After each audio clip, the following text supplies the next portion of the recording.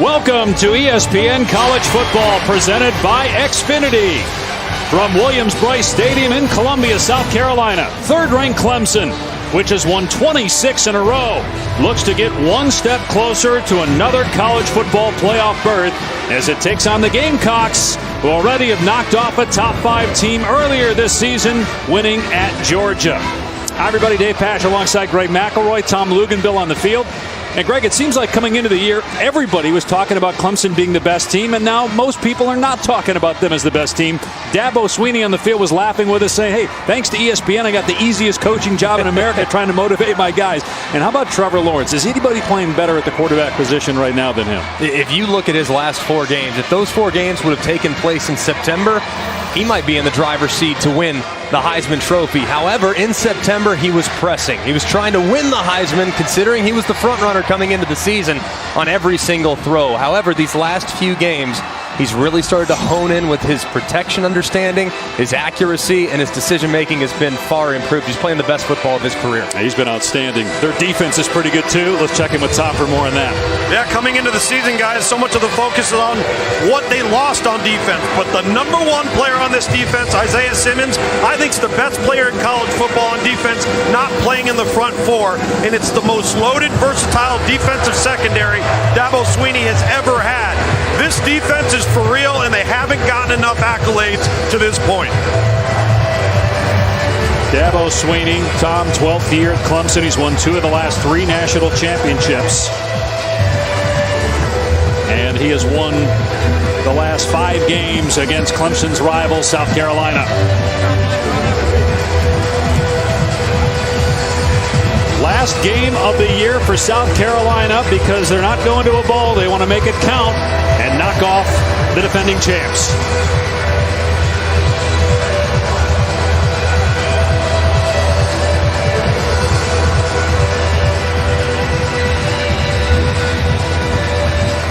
South Carolina won the toss, elected to defer, so Clemson will get the ball first, and Travis Etienne, one of the most dynamic players in college football, is deep as we are underway in the Palmetto Bowl.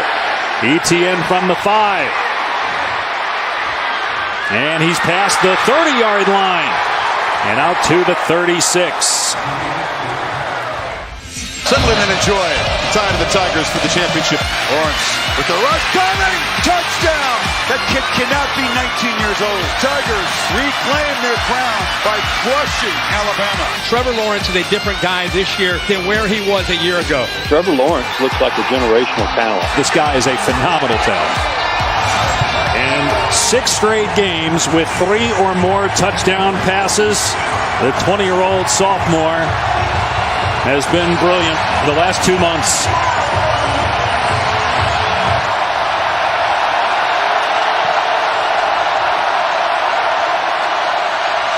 Give it to Etienne, and it's a flea flicker on the opening play. Lawrence throwing it downfield, and it is juggled and incomplete. Intended for Higgins, and Israel Mukuamu did a heck of a job to make sure that wasn't a big play to start the game. Slightly underthrown, a lot of contact there as Trevor Lawrence tried to take the top off the defense on the first play of the game. Mukuamu's a tough matchup given the fact that he's 6'4" at corner. He's going to have his hands full working against T. Higgins and Justin Ross throughout the course of the game. Clemson 11-0 for the 2nd straight year. They will play Virginia next week in the ACC championship game. A ton of room here for Etienne out of the backfield. And he's got a first down. That's his 26th catch of the year. Lawrence, in his first 4 games, had 5 interceptions, which was more than all of last year, but he's only thrown 3 recently, and 22-0 as a starting quarterback, closing in on 60 touchdown passes and 6,000 yards.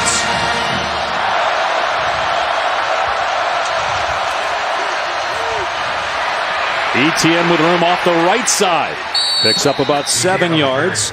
Etienne averaging close to 9 yards a carry, which is number 1 in the country. He's had an incredible year complementing that vertical passing attack. So much of the preseason accolades went in the direction of Trevor Lawrence and this outstanding receiver corps. But Etienne, from the start of the season until now, has been as good and as dominant as any back in college football. The reigning ACC Player of the Year. Flexes out wide here on 2nd down and short. Lawrence with a quick throw, and that was off the mark, intended for Higgins. A big third down here for South Carolina's defense. Gamecocks have dealt with a lot of injuries this year. One of the reasons why they have struggled down the stretch here, losing 4 of 5. They got a pretty good player up front, and Javon Kinlaw is going to be a first-round draft pick. Let's see if he can make something happen here. Kinlaw's lined up here over the center. Lawrence's pass to a wide-open Ross. First down inside the 40-yard line. And with the dominant defensive tackle Kinlaw, it's going to be important for Trevor Lawrence to get the ball out of his hands quickly. He does so here. A nice job on the outside by Justin Ross on a little snag route. See that stack alignment. Nobody accounts for Ross as he works it back out to the sideline. It's an excellent call and a good conversion on third down. Lynn J. Dixon in the game at running back, and he's going to get the call here inside the 30-yard line. Close to a first down as he was shoved out of bounds by Ernest Jones. And guys, that's the area that Will Muschamp, the head coach at South Carolina, was really concerned about coming into this game. For 3 straight years, South Carolina has not stopped the Clemson run game. They have got to get their defense off the field, limit possessions for this Clemson offense, and the only way to do that is to win versus the run on early downs. And on short yardage here, 2nd and 1, I might take a shot downfield if I'm this Clemson offense. Just going to hand it off and easily get the first down. Dixon straight ahead behind that senior-led offensive line. They have 4 seniors up front and a sophomore, Jackson Carman, the left tackle. It's probably the group that doesn't get enough love. I mean, so much attention to the talent and the skill on the perimeter and at running back and at quarterback. But this offensive line, for the most part, has been very solid throughout the course of the year with the occasional lapse in protection. Lawrence on the run, and another pass that's off the mark, intended for Amari Rogers. It almost hit Luke's there on the sideline. So it's been a slow start here for Trevor Lawrence. He's been off target on a few throws. Just a little bit. I mean, you can see he's making the right decision, and that's what's most important. He's going to the right place. However, the accuracy just slightly off. Underthrow the deep ball early, missed the slant low a couple plays later, and then there on the move trying to work the corner route just slightly outside. Play action. Lawrence's pass is caught on a wide receiver screen by Ross, and he's bottled up after a gain of about 3, so it's going to bring up 3rd down and 7. That was Jamie Robinson, a true freshman safety, in on the stop. You know, Greg, you look at this South Carolina defense, and what they just did right there was tackle after the catch. That is paramount for them in the defensive back end. Now, because of that tackle, you force a 3rd and long.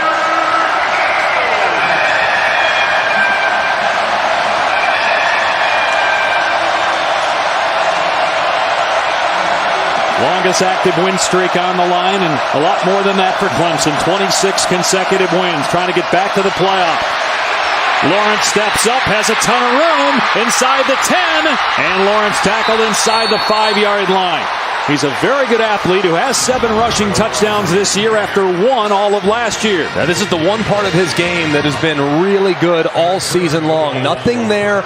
Sees the middle of the defense vacate because of the route progression, and he goes vertical, and you see that athleticism. He's a big guy. He's 6'6", 220-plus pounds. So he's a load in the open field with a full head of steam. That was a 21-yard run, 1st and goal from the 3-yard line. And Etienne hit hard at the 2. Gain of 1 on the play, brought down by Kinlaw.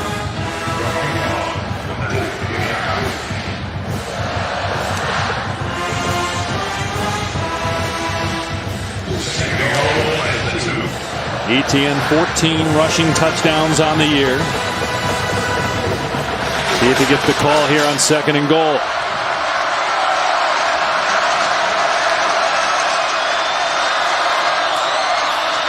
Etienne trying to find a hole, pushes the pile, and he's brought down short of the goal line by Robinson. 3rd down and goal from the 1-yard line. See Etienne kind of stumble a little bit, trying to decide the best place to enter through the offensive line. You got to think 2 downs to get it here for Clemson. If I'm them, I'm keeping it on the ground. I challenge my offensive line. They got a tight end, Luke Price, in the game at fullback. Here's Etienne getting the call, pushing forward. He did not get in. It is 4th down. We'll see if the Tigers elect to go for it from inside the 1.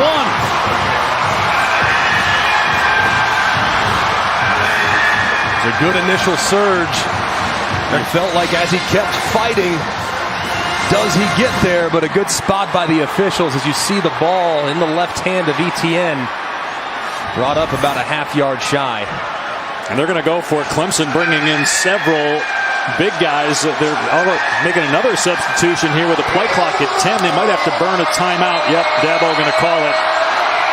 Dabo's livid, guys. Saw several players run onto the field and jog back off, so Dabo has to burn one early on.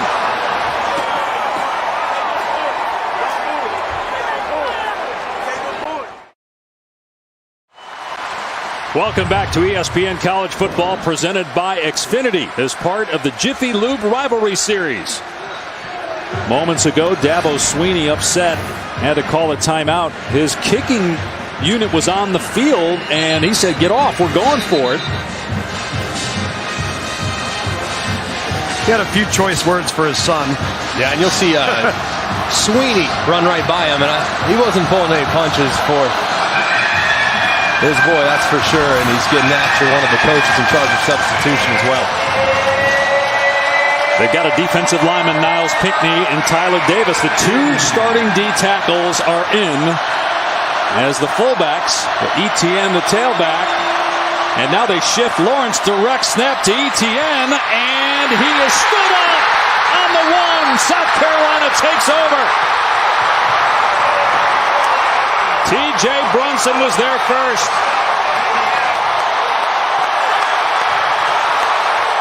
What'd you think of the call? I like the call. It was an excellent play by Brunson. You watch him meet at the point of attack, chase leverage, and Ernest Jones was there as well on the inside. That was an excellent stand defensively. Look at Brunson get to the outside. Jones there to clean it up. Excellent play by the South Carolina defense.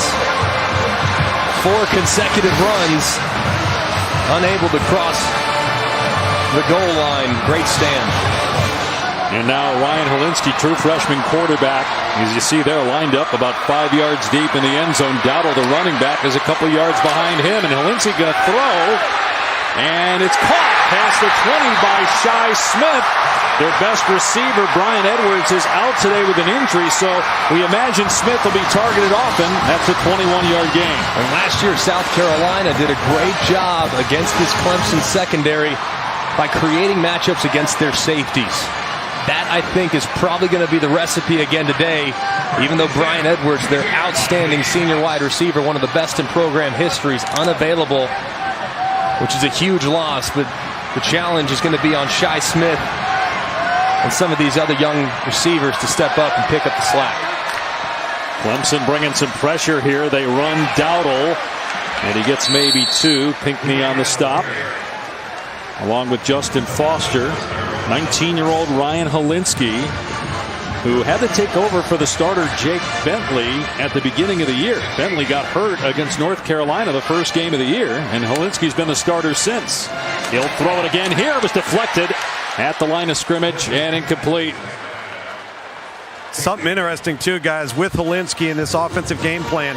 After that first down play, he ran over to the sideline to get the play himself, ran back into the huddle. Now they've gone straight to the line of scrimmage. You see Clemson's guys taking a little while to get lined up. Xavier Thomas that deflected the pass on second down. Here's Helinski to throw on third down, and it's intercepted at the 40-yard line by Kendrick. And he brings it back inside the 25. Darion Kendrick with the pick, his second of the year. This was a great job by Kendrick. The throw was inside. And the reason why it was inside, if you look at the defender there in the flat, Kayvon Wallace, number 12, see him drift back into the corner route. He's trying to throw it inside of Kayvon Wallace as he drifts back. Therefore, the ball stays inside. And Kendrick's able to make a play on it. That was a good job by Wallace playing with the quarterback's eyes, and an inaccurate throw by Helinski trying to force it in when it wasn't there. And look at what Clemson has been able to do in terms of turning turnovers into points. Only Alabama's been better the last 2 years. That's the 25th takeaway this year for Clemson, third in the country.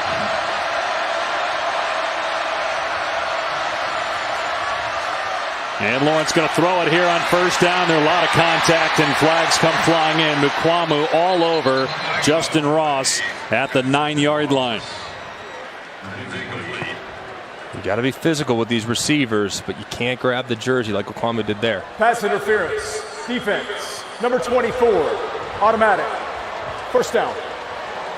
And they'll spot it outside the 10 so they can still get a first down before the end zone. First down on the 11-yard line. South Carolina is going to be physical at corner. They really want those defensive backs to disrupt the game. However, you can't take it too far, and there Mukwamu clearly grabbing way too much cloth results in a 15-yard penalty. Here's Etienne off the right side, in trouble in the backfield. Does well to get back to the line of scrimmage before he's wrapped up by JT Ebay and Ernest Jones. South Carolina early really seems to have a nice beat on this Clemson run game, and they're leveraging the football back inside, really giving nowhere for Travis Etienne to find a crease. Now, Muschamp really likes how South Carolina matches up with Clemson. I know the Gamecocks are 4-7. They played a brutal schedule this year. And they had that win over Georgia on the road. Out of an empty set, here's Lawrence on second down with a quick throw that's high. Intended for Ross. And so it is third down and 9. Little bit off for Trevor Lawrence here in the early going. That ball, big wide receiver, you want to throw it high. That one just a little bit too high as they were in that empty set, which is such a good formation for this Clemson offense. All about creating matchups in this part of the field, and Trevor Lawrence does such a great job throwing the back shoulder. If he can find a one-on-one, he might try to take advantage of it. Lawrence looking at that bunch formation. Here's a fade to the corner, and it's beautifully thrown to Higgins for a touchdown. 9th touchdown catch of the year for T. Higgins, and Trevor Lawrence with his 28th touchdown pass. It's a beautiful throw right to the spot. When you're throwing the fade in the end zone, you aim at that back pylon. That's the landmark for the wide receiver. T. Higgins was holding his landmark perfectly, and Trevor Lawrence dropped it in the bucket for the first score of the game. Here's Potter, and it's 7-0 midway through the first quarter here in Columbia. Since 2015, Clemson has not lost when it scores first.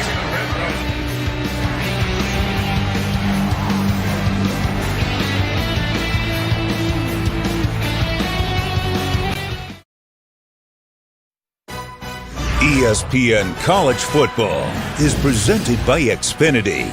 Get the ultimate in-home Wi-Fi experience with Xfinity X5. And in part by Jiffy Lube. You can do more in a jiffy. Last win for South Carolina was Steve Spurrier as the head coach back in 2013. Since then, Clemson has won 5 in a row. It's the 117th meeting between these two schools. They've met every year since 1909. This will be a touchback. Let's go to the studio and check in with Matt Berry.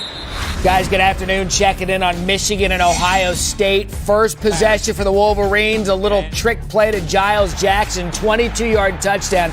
They missed the extra point, so it was 6-0 Michigan. Ensuing drive, J.K. Dobbins had 79 yards.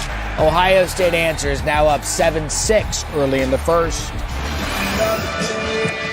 And the Buckeyes will play the winner of Wisconsin and Minnesota, a game that you can see on ABC next. Meanwhile, Rico Dowdle is in the game, taking the direct snap here at quarterback. Looking for some running room, trying to get to the perimeter. Can't. He is spun down for a loss by Isaiah Simmons, who Tom talked about at the top of the telecast. Let's go back to the touchdown. Was there offensive pass interference here? You'll see the push off right here. Watch this right arm from T. Higgins. It's a push off. The problem is for the officials, it's low. It's not up around the head. It's not up around the shoulders. But Will Muschamp really upset with the officials as he saw that hand extend to create a little extra room. Understandably so. Walensky to throw here underneath. It's behind Markway. Why do you think you finally get a possession where you're starting on your own 25? Because you started on your one the first possession, and I know that Walensky threw a pick, but why run the trick play with a direct snap? Why not try to get your offense into a groove a little bit here? Just another thing for the defense to take account for. You want to throw a bunch of looks at them early in the game, force them to burn some chalk, force them to make some adjustments defensively. So a little wildcat is something that they have used in the past and will use again. Want to see whether or not it'd be effective early so they can come back to it. See if Clemson comes after him here on 3rd down and long. Only rushing 3, and it's a screen that Clemson's Skolsky reads beautifully. Takes down Feaster, who played at Clemson for 3 years, won a couple of titles before transferring to play for South Carolina. So a 3 and out for the Gamecocks. It's a great job right there by Brent Venables, the defensive coordinator for Clemson. A tendency breaker, 3rd and long.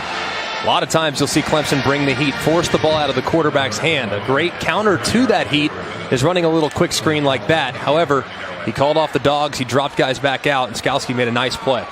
Venables in his 8th year as the Clemson defensive coordinator, one of the best in the business. A short punt, but it takes a South Carolina hop, and it forces them to scoop it up on the 30. Kendrick, who had the interception, and he's out of bounds around the 36-yard line. 49-yard punt. Flag down at the 33. Getting the return, holding number 26, return team, 10-yard penalty, 1st down. So Sheridan Timeout. Jones commits a penalty. Clemson up 7-0. You're watching the Jiffy Lube Rivalry Series. You're watching the SEC on ESPN.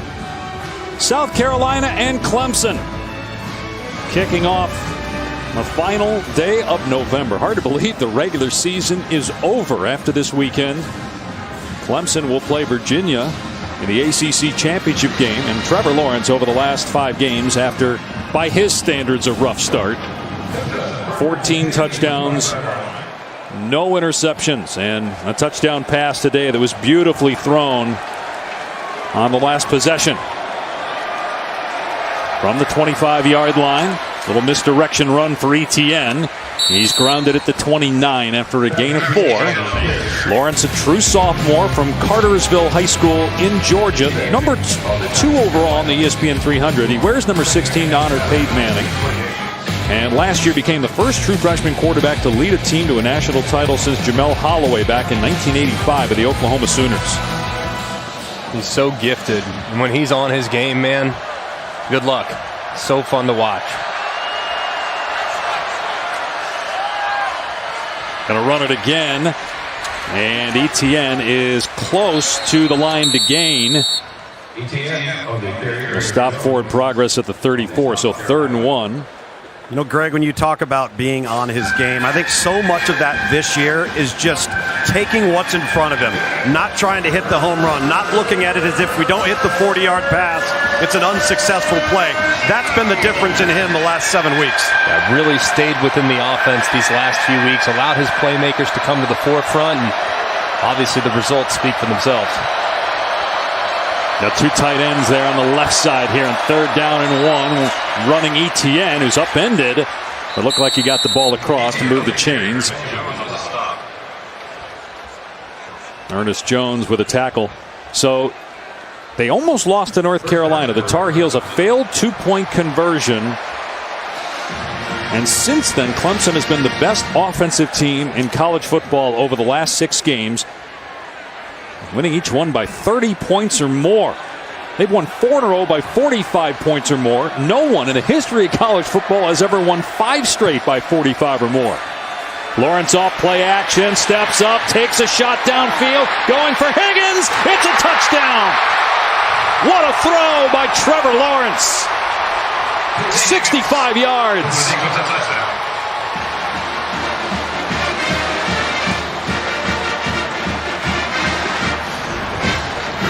This is just an unbelievable throw. I mean, you look at Trevor surveying the field, moving, buying a little extra time, getting all his weight behind it, puts a ton of air under it, and allows Higgins to run under it. Right, do you see his back leg?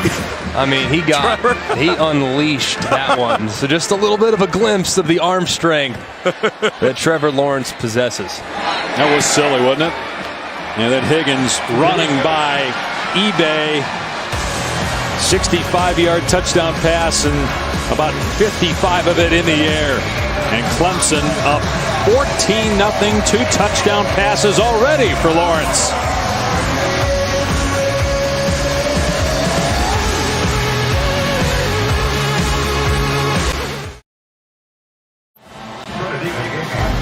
Coming this week on Sunday NFL Countdown, how the legend of Heisman Trophy winner and MVP favorite Lamar Jackson was born. Plus, Randy Moss ranks the best catches from college football. And the crew reveals the top Turkey Bowl play from across the country. Catch Countdown tomorrow, 10 a.m. Eastern on ESPN.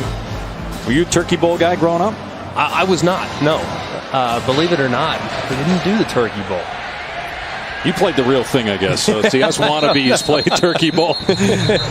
Well, South Carolina this year had lost its quarterback, Jake Bentley, the first game of the year against North Carolina. They lost that game. But remember, they beat Georgia in double overtime on the road to get to 3-3. But since then, they've lost 2 in a row and 4 of 5. Their losses have been against A&M, Tennessee, Florida, Missouri, Alabama, North Carolina, and Appalachian State. Bentley done for the year. And so true freshman Ryan Helinski has been the starter all season. Already thrown an interception in this game that Clemson turned into points. Could easily be 21-0. Remember, South Carolina stopped Clemson on 4th and goal from the 1 on the opening possession. And another negative play as Feaster is wrapped up in the backfield by Rudolph, a loss of 5. Injuries have been a problem, though, for South Carolina. They've lost 2 quarterbacks to Kerryon Joyner. He's the backup quarterback. He got a concussion against A&M. He's not available today. Here we go with Helinski. You see the huddle now. This is what they're doing. They're going to come into the huddle so that they just don't line up and give Clemson the look. It's so hard sometimes to overcome those key injuries. Feaster able to break a tackle at the line of scrimmage and get positive yardage out to the 28.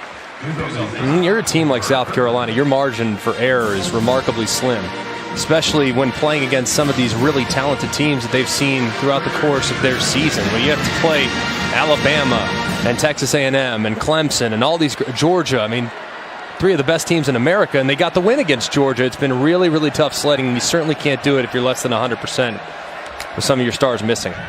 Pressure coming off the edge here. Everybody covered. Helinski is sacked. Back inside the 25. Isaiah Simmons in the backfield again. Boy, is he special. And you're going to see pressure coming around this edge, and they're going to swoop it. And as a result, Helinski tries to moves a little bit too far. And Simmons is able to rally back and drag down the freshman quarterback as Helinski's walking off gingerly. And we talked about the injury to Joyner. The next quarterback is Jay Urich, who's played wide receiver this year. He did get some snaps at quarterback last year, but not this year. Good punt. And the fair catch made by Kendrick at the 27, 45-yard punt. Here's Matt. Guys, it is Rivalry Saturday, so we'll check in on Georgia Tech. Jake Fromm going to have to find a new target. Lawrence Cager out. Tyler Simmons, good catch. And then Brian Harrion takes it in for the rest. Bulldogs up early on ABC, 10-0. And obviously Georgia has LSU next week in the SEC championship game. Clemson is in the ACC title game against Virginia. South Carolina's season is over after today. Trevor Lawrence, who's red hot, 2 touchdown passes already. Back out there. First down on the 27-yard line. A little quick pitch to Dixon. He gets smacked at the 31-yard line by Jones. Gain of 4. See Jones get up a little slow there. He's been so good for South Carolina this year. Him and TJ Brunson have really solidified a position that has been a bit of a problem these last few years for South Carolina. The linebackers. Brunson was playing out of position in the middle. He's now been fortunate enough to switch to Will, where he's a little more comfortable because of the emergence of Ernest Jones. They shift Amari Rodgers into the backfield and pitch it to him, so he's got running room on what's a forward pass, and he's past the 40-yard line. Remember, he tore his ACL back in March, and he returned week 2 against Texas A&M. Hasn't been as productive this year as many people thought he would be.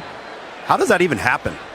I mean, it is amazing right? to think how quickly you can come back from that, and it's a testament to Clemson's medical department and Amari Rodgers grinding through his rehab. Fresh out of downs on first down. Here's Dixon trying to get the perimeter. He's into South Carolina territory. So a gain of about 14 yards. First down. And the speed of Clemson really starting to show here. As you see Wanham at the end, he's in a good spot. However, he loses contain as Dixon gets around the edge. In between the tackles, South Carolina matches up pretty well. But when you get these athletic running backs and wide receivers on the perimeter, that's where it becomes extremely difficult to contain this Clemson offense. And here's Dixon again, and this time he's gobbled up by Rick Sandage after a 1-yard run, and that will be the final play of the first quarter. Clemson trying to get to 12-0, win its 27th consecutive game and 12th in a row on the road. Leading South Carolina 14-0.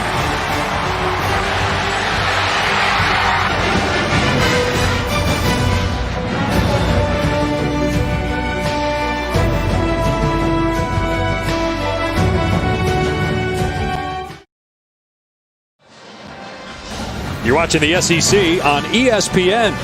14-0 Clemson over South Carolina after 1 this season. For every field goal and extra point made by participating universities, Allstate will make a contribution to the university's general scholarship fund. Thank you, Allstate. Dave Pasch, Greg McElroy, Tom Luganbill back in Columbia, South Carolina, where Clemson is rolling.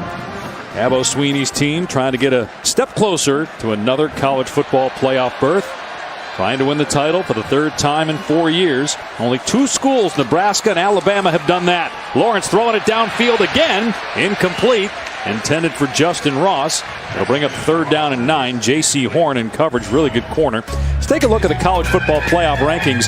Now think about this. At the beginning of the year, we had a Clemson game, and at that point, Dabo Swinney's like, I'm trying to do everything I can to keep the guys motivated. And now he was laughing with us on the field before the game. Like, I don't have to do anything to keep them motivated because we ranked 3rd. Nobody's talking about us as a championship team.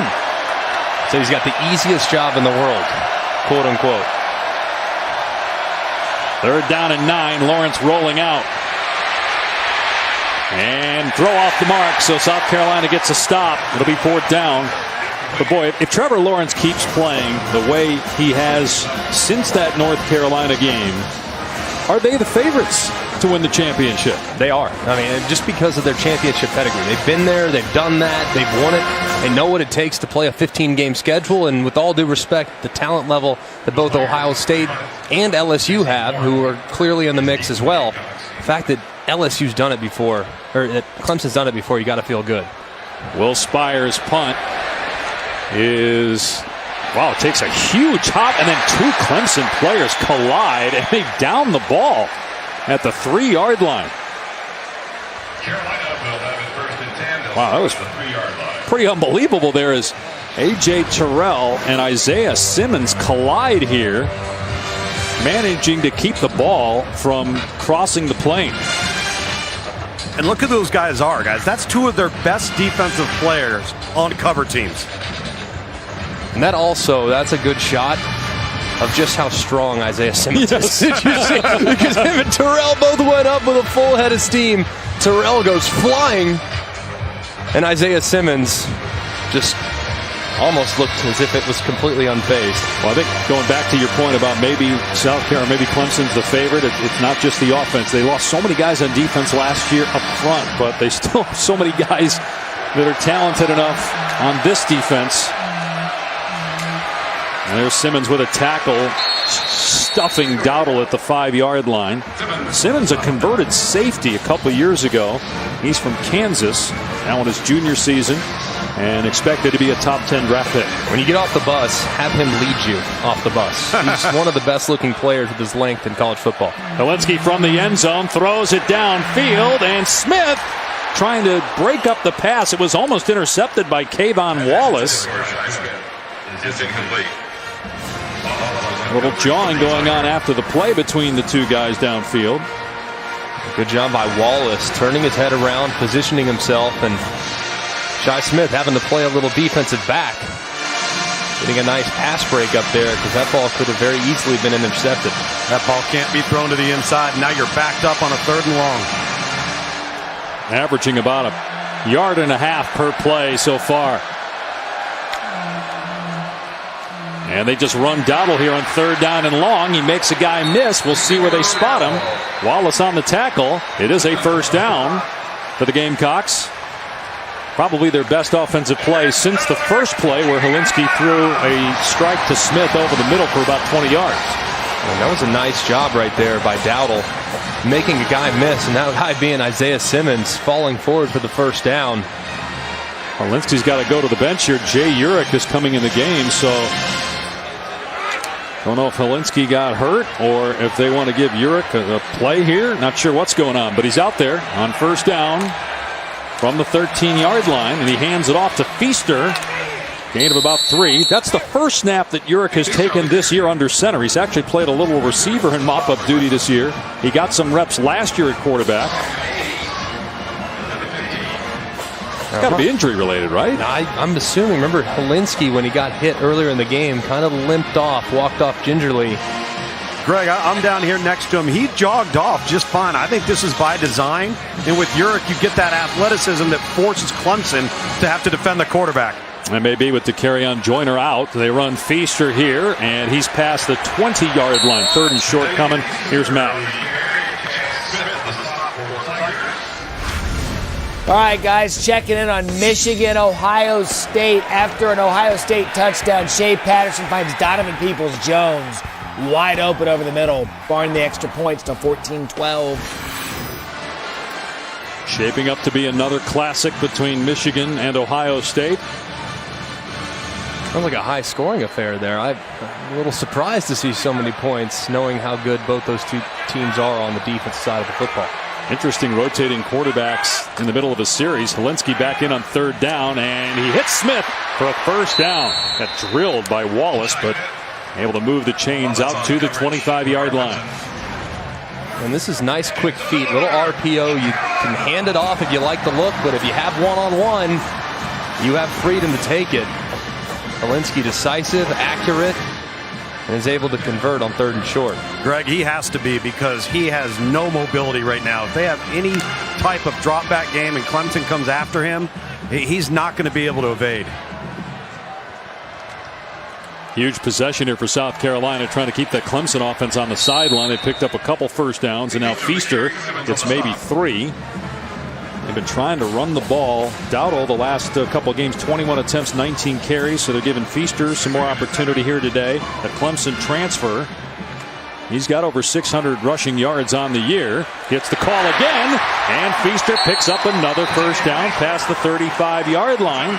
He's from Spartanburg, South Carolina, played for both schools. A nice job here cutting back. See that left side of the offensive line just compress. He runs right behind him. Picks up a nice block at the 2nd level. Spring him for some nice yardage. Tavian Feaster, him and Dowdle have to be effective here moving forward to get back into this game, take some of the pressure off Helinski. They're going Wildcat here, so this is technically the 3rd quarterback they've used on this drive alone, with Dowdle in. Kevin Harris standing next to him. Dowdle keeping it up to the 40. Good hard run by Rico Dowdle. Skalski on the stop at the 43, but that's a 7-yard pickup. South Carolina finally getting into a bit of a rhythm offensively in this game. And it's been because of the counter run game. You see how fast and active and athletic this Clemson defense is. If you get them running in one direction and then cut the running back in the other, sometimes they can get out of position. It's been beneficial for them. Dowdle keeps it again here, and that hole doesn't open. Stacked up, able to push the pile, though, to the 45. He'll come up short of the line to gain. So 3rd down and 1. You in 4-down territory yet if you're South Carolina? I think so. I mean, last game of the year, playing the field position game against Clemson, given how explosive their offense is not one that can be won.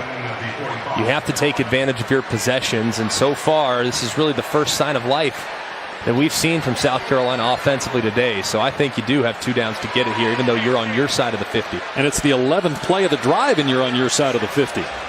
You got 42 yards already. Helinski back on the field here.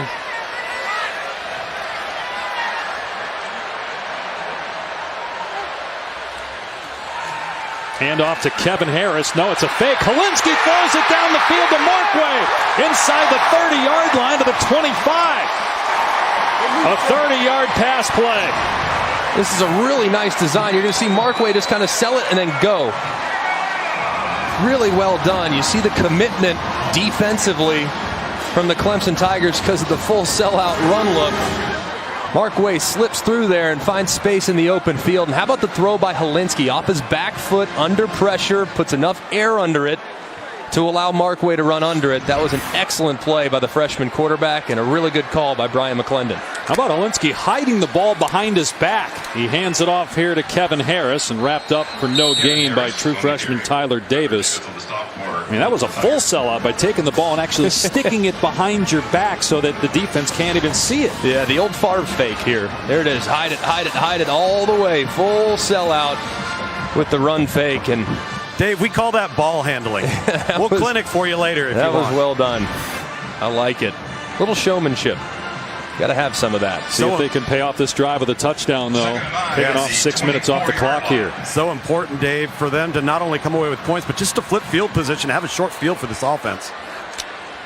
2nd and 9. Helinski play action. Markway dropped the ball. And that would have been a 1st down and more for Markway. Couldn't come up with it, though. Man, this one is just... that just kills you if you're the quarterback. The guy's so wide open, you kind of steer it out there. As a result, you don't have as much velocity on it, so the ball drifts behind the intended receiver. And Markway had a ton of space because of the pressure off the left-hand side. That's one that Helinski would love to have back. 31 drop passes on the season. They're 3 for 3 on 3rd down in this drive. 3rd and 9. Again, do they run this play thinking maybe 4-down territory, trailing 14-0? You know, it's the first half. Clemson, or rather South Carolina, has to burn a timeout with a play clock at 1.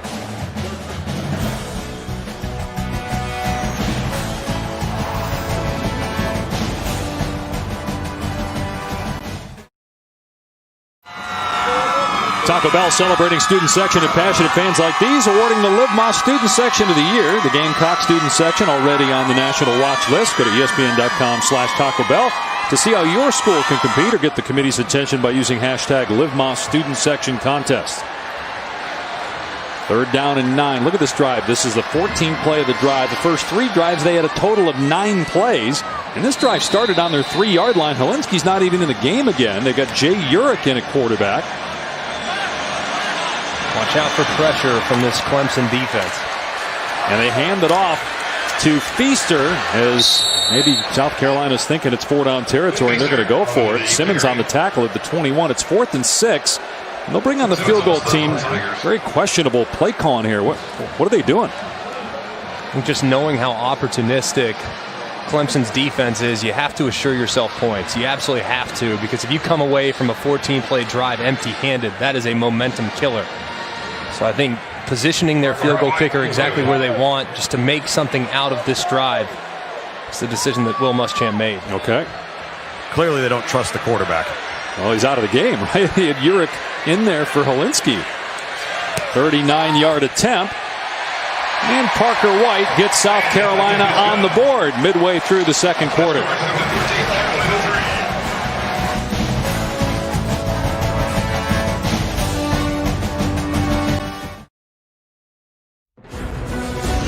ESPN College Football.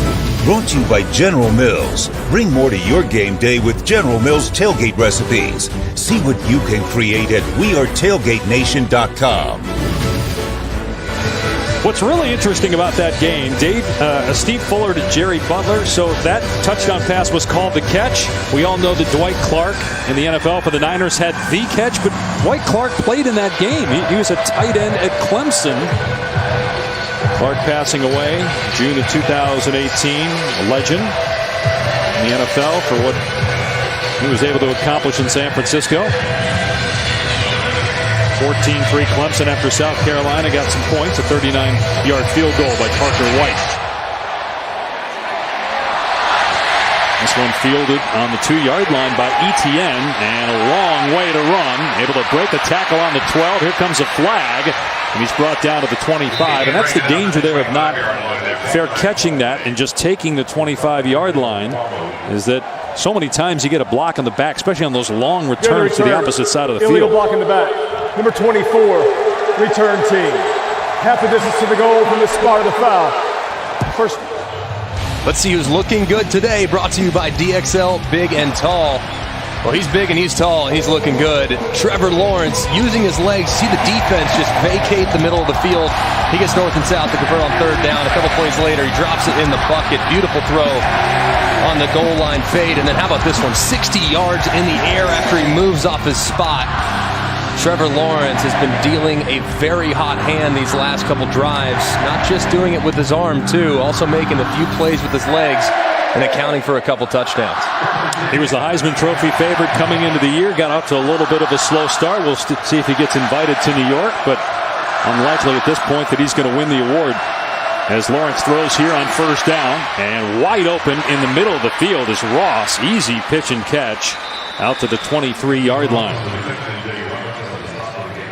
Justin Ross. I wouldn't say he's taken a back seat to anybody, that's for sure. Both him and Higgins have done an excellent job this year, but Ross, you just thought it was inevitable that he's going to be in the conversation for the Biletnikoff. Hasn't necessarily come to fruition, but he's got a very bright future. Lawrence going to keep it here and throw it at the last second, and Rodgers is dumped. Big hit by Jamie Robinson, only a 1-yard pickup to the 24. A good job defensively by Sherrod Green at the end of the line of scrimmage. Getting a pull read, but staying wide, tracking Lawrence, forcing the ball out of his hand, and an excellent job by Robinson. Staying true to his responsibility within the defense and taking care of Amari Rodgers and making the tackle in space. Second down and 9, and they're trying to set up a screen to Dixon. He is dumped in the backfield by T.J. Brunson at the 18-yard line, a loss of 6. And you're going to see the left side of this offensive line drop out and try to get it, but T.J. Brunson beats him to the spot. Recognizing on second and long, they will do quite a few screens. Brunson, mindful of that tendency, and dropping him for a big loss.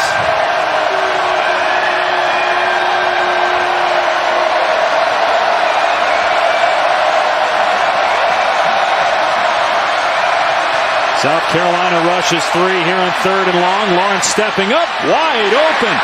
First down, Higgins at the 40-yard line. And up to the 46, so third down and 15. And they end up getting 27 yards. This was a beautiful route. Look at the left side. Look at the corner. McQuamu chased that post. This is a post corner route. And watch McQuamu in one-on-one. He just gets turned around. Full sell on the post. McQuamu's still chasing it. Takes him a long time to turn the boat and get back to the sideline. Great route by the wide receiver.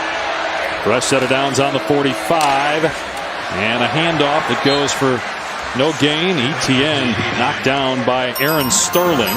5 minutes to go. Second down and 10. Clemson has won 26 consecutive games. Has one more after this. And if it wins today and knocks off Virginia next week, it will be in the college football playoff for the 5th straight year. You see that they're just so explosive, man. I mean, third and long, super long, no problem. Strong arm quarterback and a great route running wide receiver. Lawrence throwing it downfield, and it's caught. Ross. Let's see, did he step out? Officials got his hat on the ground. Did he get forced out or did he go out on his own? It's a gain of 30 to 21. I think he got forced out by McQuamu in press coverage. Yeah, I think you're right, Greg. And he tries to obviously reestablish himself in bounds. He does. Beautiful late hands there by Ross going up and picking that ball out of the air. Now we got to stop it. They're going to look at it, but I'm with you. I think he was forced to the sideline by the defender. If you go out on your own, you can't come back in and be the first guy to touch it. He did everything right there. South Carolina has called timeout to challenge the ruling on the field that the receiver did not step out of bounds and become the first to touch the pass inbounds. Back in a moment, 14-3 Clemson.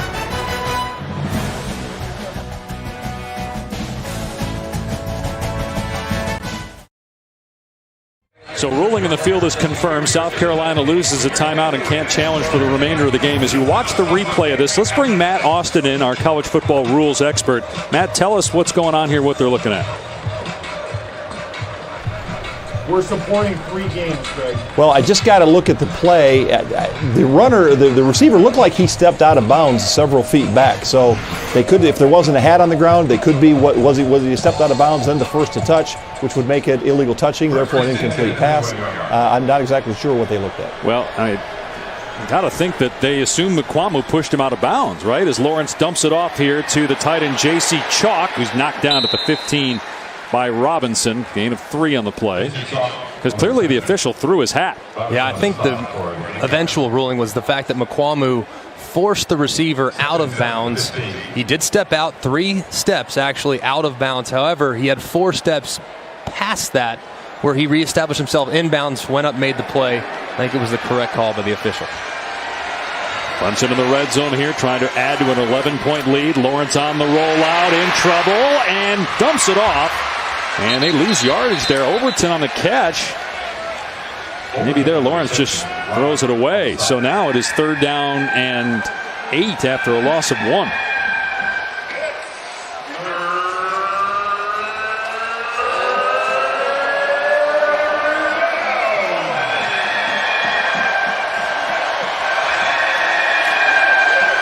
Looks like Clemson's going to employ that bunch formation they threw the touchdown on earlier to Higgins. Keep an eye on him. If he's one-on-one, potentially on a fade route, that's what they scored on the first touchdown.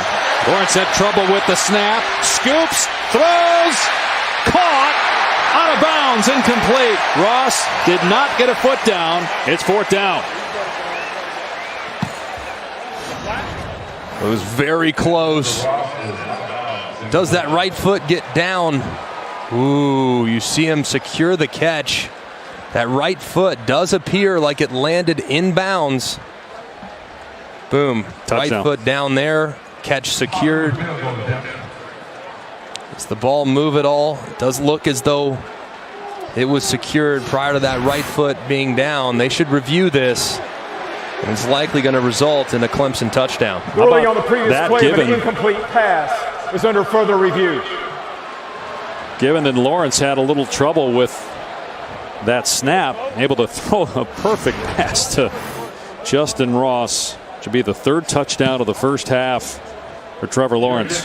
Just an incredible job by Ross, knowing where he's at on the field and dropping that right foot down immediately. Knowing where he's at, knowing how much room he has. And as soon as he secures that catch right there, that right toe goes down.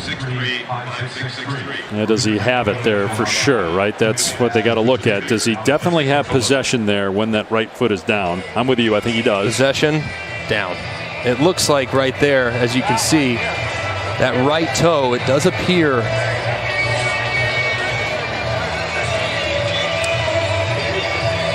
That would be the 60th touchdown pass of Trevor Lawrence's young career.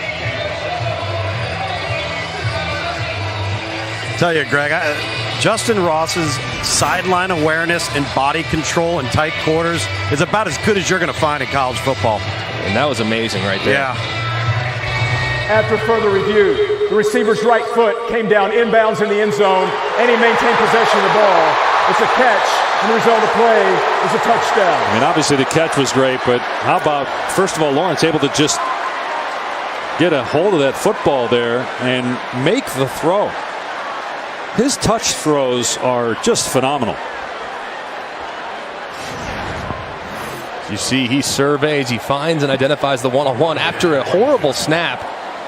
He gathers himself, ton of poise, no problem. Gather the snap, get your feet back underneath you, get in rhythm and throw it accurately. He did so beautifully there for his third touchdown pass. I mean, how many guys would panic when the ball's on the ground like that? But he doesn't. He just picks it up and throws it perfectly. He was 8 of 8 on that drive.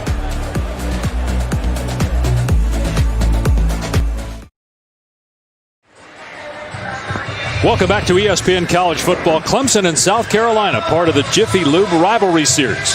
21-3 Tigers.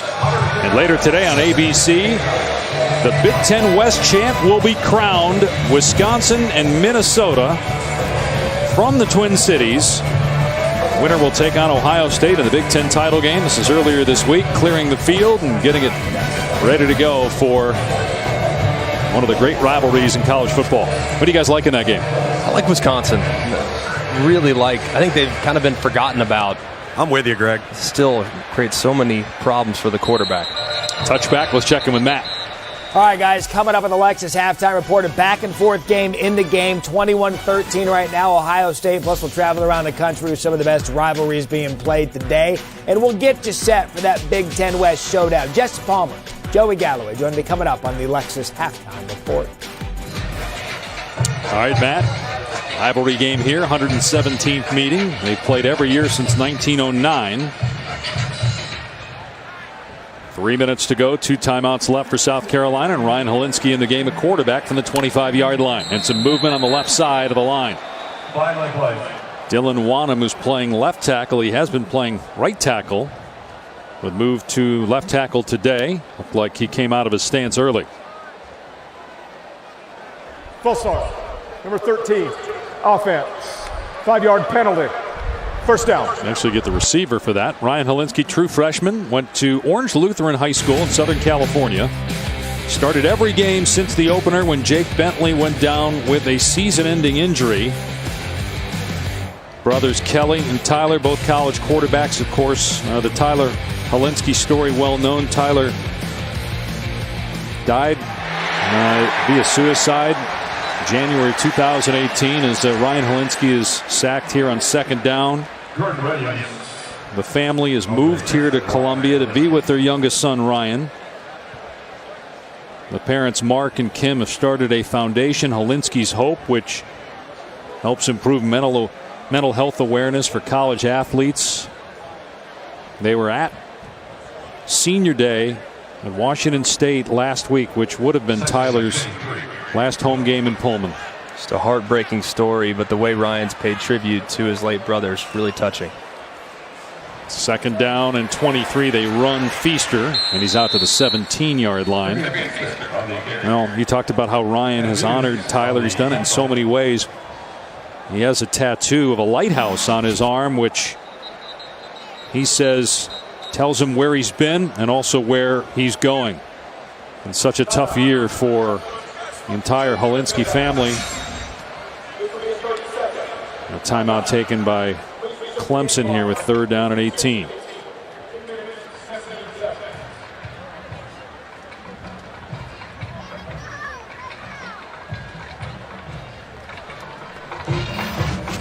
Here's pregame, the cock walk. Ryan seeing his parents and his brother. It's been special too, just the way the community here in Columbia has embraced the Hilinski family, the support and the tributes that they do after halftime, raising threes to the air. Even the visiting teams have started to participate in that as well. When South Carolina goes on the road, it's a horrendous story, a heartbreaking story.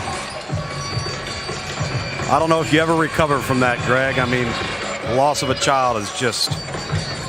It's just heartbreaking. Yeah. I mean, it's so heartbreaking, but the way they've handled it and the way that they've been able to bring awareness to suicide prevention is so admirable, making what is a horrendous situation, trying to make some good of it. Clemson rushes 4. They're setting up the screen here to Dowdle.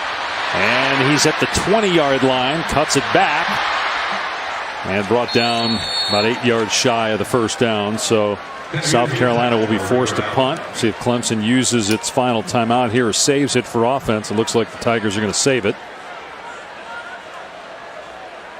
They're going to end up with tremendous field position here, too, if they can get a return as well.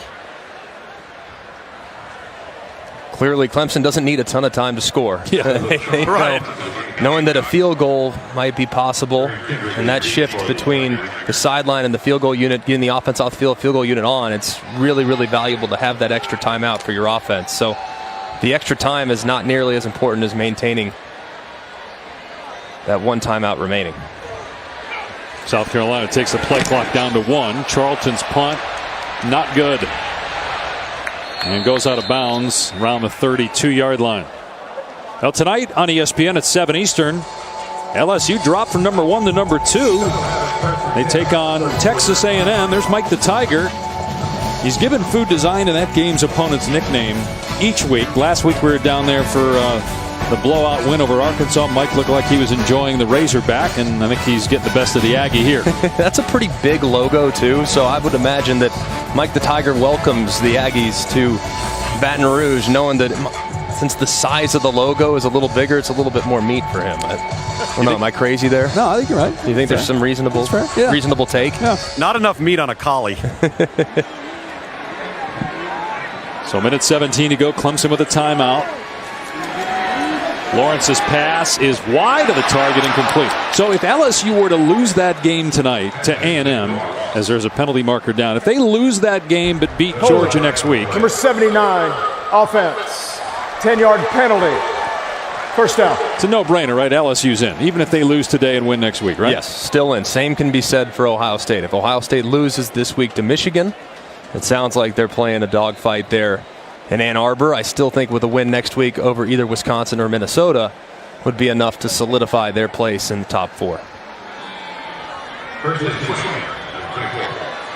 So 1st and 20 after the hold. Pass is caught at the 30-yard line by Overton out to the 31. What about Clemson? If Clemson were to lose next week to Virginia or lose today, or they have to go undefeated to get in? I think they do. I mean, they haven't had the strength of schedule. It's not their fault. They're an excellent team. They haven't had the strength of schedule that they'll be compared against. Lawrence and hits Overton for a first down at midfield. And the clock will stop here as they reset the chains. It's a gain of 20 on the play. Yeah, these Clemson receivers, Greg. Overton knows he's going to get hit.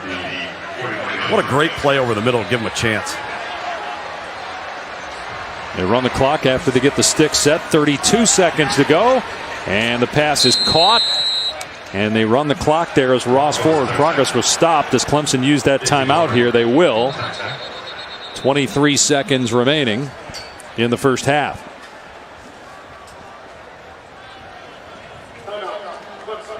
So you're talking about Clemson and the strength of schedule and that it's not their fault.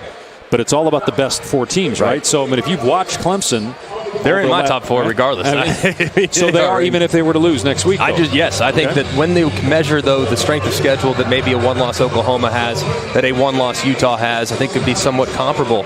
But if you really look based on the eye test, the game control, the other metrics that you look at when determining who the 4 best are, I don't know anybody that can make an argument against Clemson. It's just the strength of record hasn't been up to par compared to what we're usually used to, given the fact that the ACC is down relative to some of the other leagues in the Power 5. You look at the first 4 games, they were rolling, and then against North Carolina, they survive on a failed 2-point conversion attempt at the end of the game by North Carolina. But the last 6 games, average margin of victory is 43 points. It's an ACC record that they've scored 30 or more in 6 straight games. So 25 seconds to go. Clemson out of timeouts, trying to get more points here at the end of the half, already leading by 18. Lawrence moving to his left, in trouble, but able to elude a sack. Trying to get out of bounds here. And he does, as he got knocked out of play by Mukwamu. The clock is at 14 right now. Gain of 9, though, for Lawrence. Yeah, I don't know how he got out of this. As you see the pocket start to collapse around him, he has to work his way through it. A couple missed tackles. You see some of that mobility that we've talked about with Trevor Lawrence. And a smart job, too, getting to the sideline and then kind of absorbing that hit and falling forward. Maybe you get a free 15 because they think it's a late hit. So that was a really nice job. Nice aware job by Trevor Lawrence. They get no timeouts left here. Lawrence throwing it in the field of play to Ross. So they got to get up there and spike it quick because it wasn't a first down. They're not set yet. 2 seconds to go, and Lawrence spikes it, and you're looking at about a 47-yard try for B.T. Potter, who's missed 6 field goals this year, but the last 3 games he's only had 1 attempt. Fresh legs. 51-yarder here for Potter. That was just an excellent job. Or excuse me, 51-yard on the season is his long. This is a 46-yarder. Excellent job in 2-minute operations there, getting the clock. That was a sign of an extremely well-coached football team. Well, Muschamp going to burn a timeout here. So 46-yard attempt coming here. Don't forget Monday Night Football. Another good one this week with Minnesota tied right now with Green Bay for the top spot in the NFC North, taking on Russell Wilson and the Seahawks, who've won 4 in a row. They're only a game behind San Francisco, and the Seahawks now have Jadeveon Clowney on their team, and everybody remembers that, the 2013 Outback Bowl hit. That's the first time I've seen that, actually. I've never seen that before. Stop. Against Vincent Smith. Our truck is bragging right now about how great the replay sequence was because they did that game. So, of course, they're bragging on the truck right now. But, man, it's been great to see Clowney and how well he has played with the Seahawks after some up-and-down play in Houston. So Will Sweeney, Dabo's son, is the holder, and Potter on for a 46-yard field goal attempt with 2 seconds to go. And it's a beautiful kick by Potter. 24-3. Clemson, as Lawrence finishes the half, completing his last 12 passes. And he had 3 touchdowns in that first half. 16 touchdowns, no picks in his last 4.5 games.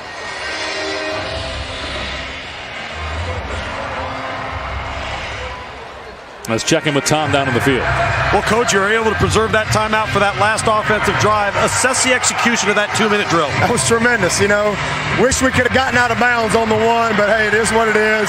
But great, that's, you know, big-time 2-minute execution to get points. That's all we were trying to do. Good job. We thought we had enough time to get a little quick play and get the clock. You know, so really good first half. Defensively, we got a little soft on the run on that one drive. They got the field goal, and then obviously our opening drive coming away with nothing. That was pretty disappointing. But hey, tough, a lot of emotions. 24-3. We're in a good spot. We just got to come out and play really clean and crisp. Too many penalties in the kicking game. Got to clean that up this second half. All right, thanks, Dabo. Okay. 24-3 Clemson at halftime. Sending now to the studio Matt Berry, Jesse Palmer, and Joey Galloway. Welcome back to the Jiffy Lube Rivalry Series. Welcome back to ESPN College Football, presented by Xfinity. From Williams-Brice Stadium in Columbia, you're watching the SEC on ESPN. The Clemson Tigers ranked 3rd in the country, trying to inch closer to the college football playoff. They've got the ACC title game next week against Virginia, and right now lead South Carolina 24-3. Dave Pasch, Greg McElroy, Tom Luganville on the field. And Greg, it's hard to discern at this point who's playing better. Clemson's offense, which is on pace for 600 yards and 50 points, or Clemson's defense, which has held South Carolina under 100 yards. They've both been so impressive. You look at Trevor Lawrence, the way he finished that first half, 12 in a row completions, really remarkable, especially on some of the throws that were down the field, and then defensively forcing South Carolina to earn every single yard. South Carolina really only had one drive. And other than that one drive, they accounted for just over 20 yards of offense if you exclude that one. South Carolina will get the ball to start the second half in this rivalry game. It's the final game of the year for the Gamecocks at 4-7. They do not qualify for the postseason. It'll be a touchback. It'll come out to the 25. A tradition that has been started here by Ryan Hilinski, the Hilinski family, and the Gamecock family. And now even teams, when South Carolina's on the road, will do this. And when visiting teams come here, they'll hold up 3. And it's not for the third quarter. It is for the late Tyler Hilinski. That is the number that Tyler wore at Washington State. It's the number that Ryan wears now. They have a moment of silence here for the home games, and even the Clemson players doing it as well to honor Tyler. Pretty neat, man, when everybody comes together like that. As Dowdle picks up a couple. The Hilinski family traveled to Pullman for senior night. Mom Kim and Dad Mark on hand for what would have been Tyler's final home game. There's Washington State head coach Mike Leach embracing Kim Hilinski. Tyler took his own life in January of 2018. And Hilinski's hope started by the parents, a foundation to improve mental health awareness for college athletes. And Ryan, the true freshman, his parents moved here to Columbia to be with him. Throws it downfield and incomplete, trying to hit Shi Smith. They'll bring up 3rd down and 7. How about Isaiah Simmons? Their best pass rusher is in coverage on a wide receiver downfield. And covered it beautifully, too. Was beat initially, but did a good job of, once he caught up to Shi Smith, turning his head around, trying to locate the football. Greg, name one other time we've seen that all year long, ever. And he's a linebacker, defensive end, safety hybrid. He can really play all 3. And for him to be able to cover a slot receiver downfield that effectively, that's unreal. Just shows his versatility as a defender. Finalist for every major defensive award. 3rd down and 7. Hilinski over the middle, knocked away from Markway, incomplete. Kayvon Wallace broke up the pass. And a 3-and-out by South Carolina to start the second half. Let's take a look here if Wallace arrived before the ball did. See Markway there over the middle. Ball was thrown in a pretty good spot, but you saw that left hand by Kayvon Wallace. Look at the shoulders turn. I think that should have been a pass interference. There's the punt by Joseph Charlton. And fair caught at the 31-yard line. Trevor Lawrence didn't have his best stuff early on, but man, he has improved as the game's gone along. Look at the magician there in the backfield, breaking a couple tackles, creating positive yardage, anticipating the dig in a very tight window around a defender. And then I love this throw. Moving in the pocket, buying a little extra time after the bad snap, throwing it in a perfect spot, and a great job, too, by his receiver, dropping that right foot in bounds. Trevor Lawrence finished with 12 consecutive completions, the longest of his career. Longest streak of his career with that many continuous great plays. So many incredible throws in that first half. And he'll run it here. Scoots out of bounds after a short gain. Here's Tom. The guys talking to Will Muschamp coming out of the locker room, and really about Trevor Lawrence. They need to force a turnover. They need to sift the momentum over to their sideline. Really concerned about his own quarterback position right now. Ryan Hilinski is not at full health. They will continue to shuffle quarterbacks in and out to try to help their run game, force Clemson to have to defend more. But it's really about getting this Clemson offense off the field. Which nobody, Tom, has been able to do the last 6 games. Clemson has won each of those games by 30 or more points. Lawrence from the pocket dumps it off to ETN, and a good open field tackle by Ernest Jones. You know, going back to Trevor Lawrence, Greg, you made the point at the top of the telecast that if he plays in September the way he played in November, he might be the front runner for the Heisman Trophy, which is what everybody thought coming in. And I think there's nobody that's played better at that position this month than him. He's been exceptionally good. Just came out of the gates a little bit shaky early on. He'll throw it here on first down. Hits Ross out to midfield. And you made the point about that highlight, that touchdown pass he threw to Ross. It wasn't just a bad snap. It was a fumble. The ball's on the ground. He's got to scoop it up and still throw a perfect fade to the corner. And that's the one thing about his game that's so remarkable is the poise. I mean, under pressure, no problem. Can move in the pocket with ease and deliver strikes even off balance. He'll throw it here on second and short, looking downfield. And pitch and catch to Ross with Nukwuamu trying to cover him. just makes every throw look simple. Gain of 15. And his offensive line did a great job here, too. I mean, only rushing 3, so you should have a ton of time. Trevor recognizes that, buys a little extra time, and improves the angle to throw that comeback route off scramble.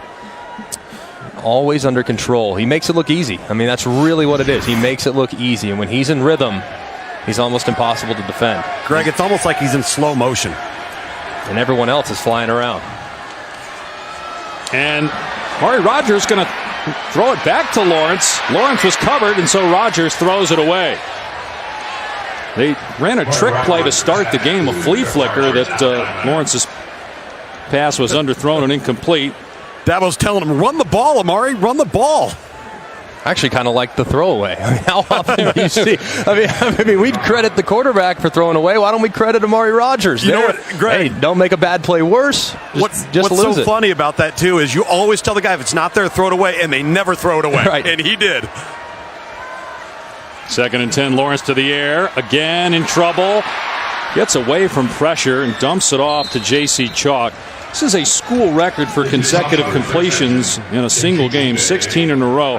And again there, he felt the pressure. It's so hard to get him down. He's 6'6", 225.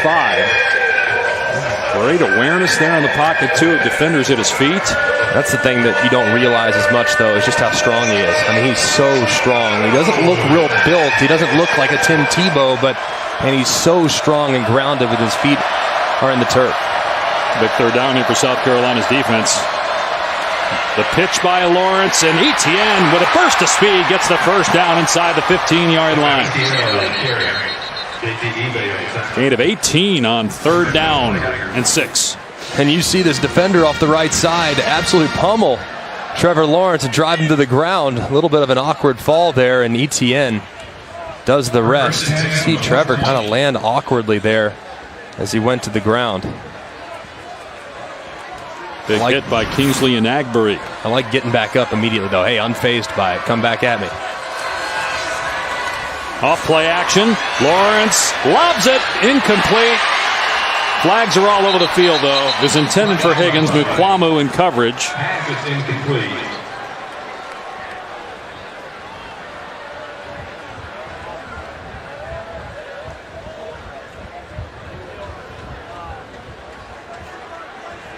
J.C. Horn was in coverage, too.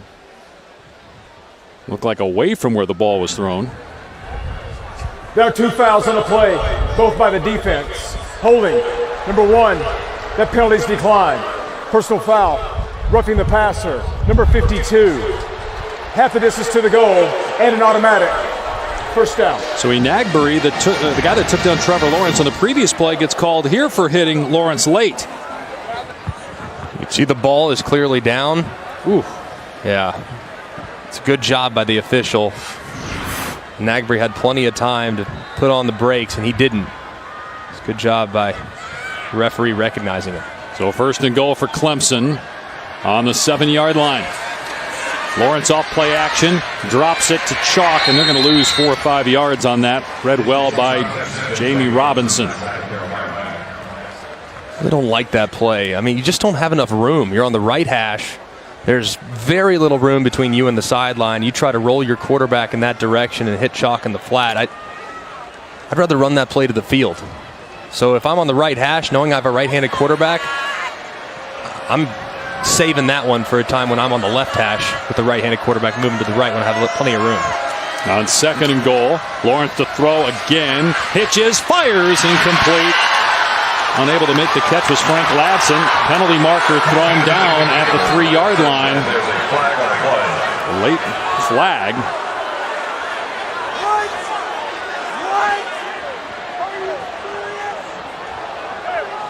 This was a really late flag, too, from the field judge. Pass interference, number 24, defense. By rule, the ball replaced at the 2-yard line and an automatic. First down. You see Mukwamu here working on the edge. There is some contact. You think? With his right arm. And look at that. Clearly just trying to figure out what took the field judge so long to pull the flag.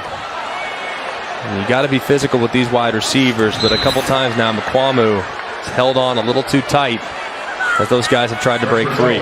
What was he arguing about? You have nothing to lose. Might as well argue your point. I guess. First down and goal. Etienne walking in. Touchdown, Clemson. Travis Etienne, his 15th rushing touchdown this season.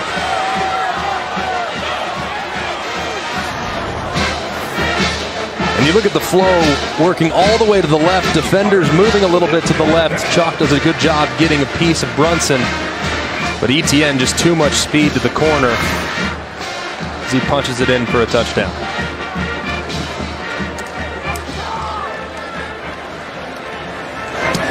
And Potter makes it 31-3 Clemson early in the third.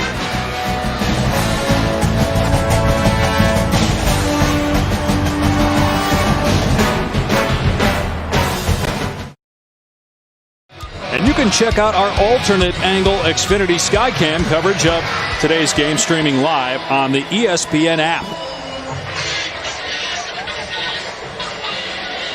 Packed house here at Williams-Brice Stadium in Columbia, but a South Carolina team that was 3-3 at one point, in danger of losing its 5th out of the last 6 to close the season 4-8.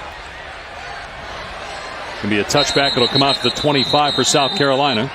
So Travis Etienne scoring a touchdown in the last drive gives him 52 for his career. That ties the ACC record held by former Pitt Panther James Conner. 56 total touchdowns, 52 rushing touchdowns. Dabo would say, imagine how many he'd have if I played him in the fourth quarter. It's really, statistically speaking, Etienne has been outstanding this year. And I know he gets somewhat overshadowed by his supporting cast, but he should be on everyone's list when thinking about filling out an All-American team. He's only got 4 attempts in the fourth quarter as Feaster is wrapped up after a 1-yard gain by Simmons and Spector. Let's check in with Tom on the field. You know, guys, on that last defensive series for South Carolina, I walked around to the back end line because I wanted to get a close look at their eyes. And this is a dejected defense. When that score happened for Clemson, you could see the wind taken out of their sail. And it was, hey, listen, this is a South Carolina team that has tackled well today. They've given good effort. But they're 7 of 9 in terms of third down getting off the field. They can't get off the field. The penalties have mounted. But it's the body language in the eyes of the faces in those face masks that you can just see that was it. When that score happened, that was it. Well, and so based on, some of the things you just said, Tom, and what we're seeing in the scoreboard, is this going to be enough to save Will Muschamp's job? The athletic director, Ray Tanner, has come out and said that he will be the coach next year, and I hope for a long time, as Feaster is brought down for a loss, going to bring up 4th down. Here's the quote from Tanner on WNKT-FM earlier this week. I believe in him. He's our coach now, will be next year, and I hope for a long, long time. Will that change after today? Will Tanner's status change after today? It seems like there's a lot up in the air. I mean, Muschamp's going to fall to 26 and 25. He was 28 and 21 at Florida and was let go after 4 years. But they've got beautiful new facilities. And they played a ridiculously tough schedule this year as Kendrick steps out of bounds on the 24. We'll talk more about Muschamp and his future with South Carolina when we come back. 31-3 Tigers.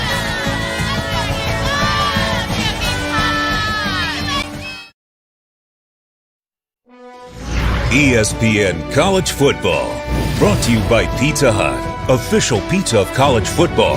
Order now at pizzahut.com. No one out-pizzas the Hut. Gorgeous new facilities here in Columbia, South Carolina. Will Muschamp in his 4th year as the head coach. 26 and 24 record. They had that 9-win season a couple years ago and the win against Georgia this year. Otherwise, they finished this year 3-9. What do you think happens here with South Carolina and Muschamp? I think they should keep him, because when you look at what they had from a facility standpoint, they were operating with one hand behind their back these last couple years. Etienne trying to get the perimeter, and he does.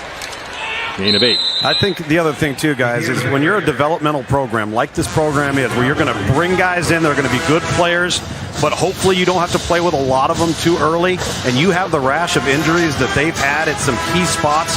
throughout the course of the season, it's tough to survive that. And I agree with the facility, with the investment here. Give Will Muschamp and his staff an opportunity to utilize that thing to enhance the recruiting efforts and get even better players in here. Well, the other thing is if you make a move, there's no guarantee you're going to get a better coach. Right. Because when they hired Muschamp last time, there were some other names that turned it down because they didn't think they could win here. I think that if you give him an entire calendar with that facility, he's already a tenacious recruiter. I think the talent level will improve significantly in time if they just stay with it. If you press the reset button, then you can potentially kind of set the program back a couple years. Look, the SEC East is ever improving, and it's gotten a whole lot better over the last couple seasons. Still not quite where the West is, and there's still room for growth with this program, but I'm optimistic knowing that they finally have the facility and the components necessary to compete on the recruiting trail. Well, Dabo, you think about Dabo Sweeney, right? That third year, they were 6-7, and they stuck with Dabo, and boy, has it paid off. He's one of the best coaches in college football. Will Muschamp obviously is well respected as a coach for what he's done in several stops. And to your point, if you're patient, it may pay off in recruiting eventually because you get to allow Muschamp now to use those facilities, which he hasn't had at his disposal for the last 4 years. Yeah, that's why I think you just have to give it a little bit more time. I know South Carolina fans are frustrated, understandably so, but a little bit more time and this thing might turn around. Lawrence in trouble, and he's sacked back at the 30-yard line by Enagberry. You know what, fellas, too, with that is I think he's going to have to, as every head coach does, evaluate his staff, particularly on the offensive side of the football. Is this what we want to be? Can we better? Can we be better? Can we get more out of what our personnel is? We got a young quarterback to build around. Staff evaluation is going to be key over the next 48 hours for Will Muschamp. Yeah, I think that's a big part of it, too. Just identify, all right, are we resourcing ourselves enough at the coaching spots to get the most out of these guys?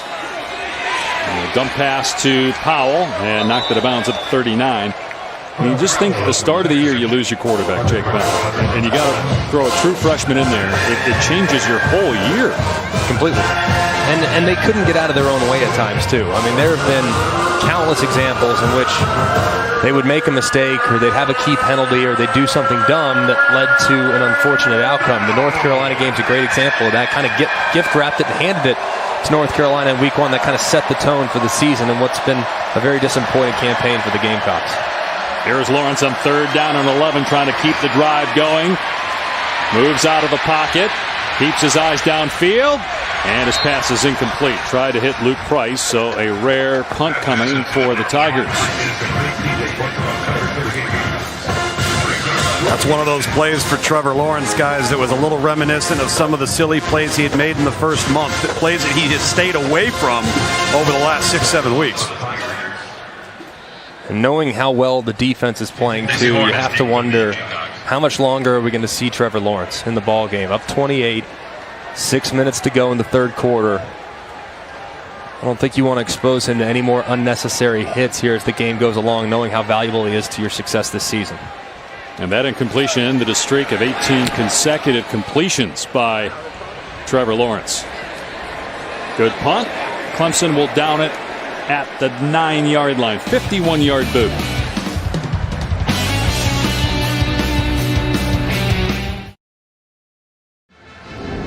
Today's hardest working player, brought to you by Duluth Trading Company, is Clemson's Isaiah Simmons. Yeah, he's been off the charts good. Recognizing Rico Dowdle pulling that football and then stuffing Rico a little bit later at the line of scrimmage. How about the coverage downfield on Shi Smith, turning his eyes around in time to create the pass breakup and the blitz off the left-hand side where he rallies to Helinski and drops him for the sack.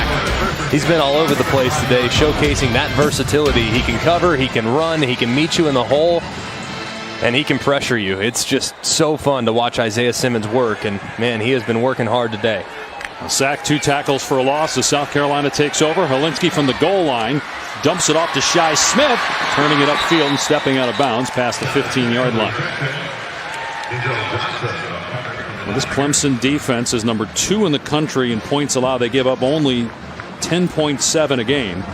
They're number 2 in total defense, and them and Ohio State are the only teams through the first 11 games of a season to hold an opponent under 300 yards every week since '96. So it hasn't happened in 23 years, and Ohio State and Clemson have both done it this year. Here's Matt Berry in the studio. Some separation, guys, a little bit. Second half, Ohio State, Michigan. Buckeyes march right down the field. Justin Fields to K.J. Hill. Now 35-16, start of the third. And Ohio State, a little bit of a scare against Penn State, and doesn't seem to matter who the coach is at Ohio State. They have Michigan's number. Helinski's pass is caught at the 23-yard line by Dawkins. Short gain there. How about Ryan Day is undefeated as a head coach? Dating back to his 3 games last year when he was serving as the interim head coach there when Urban Meyer was suspended. Now, clearly 11-0, looking 12-0 right in the face. Nowhere to go but down, boys. He's doomed.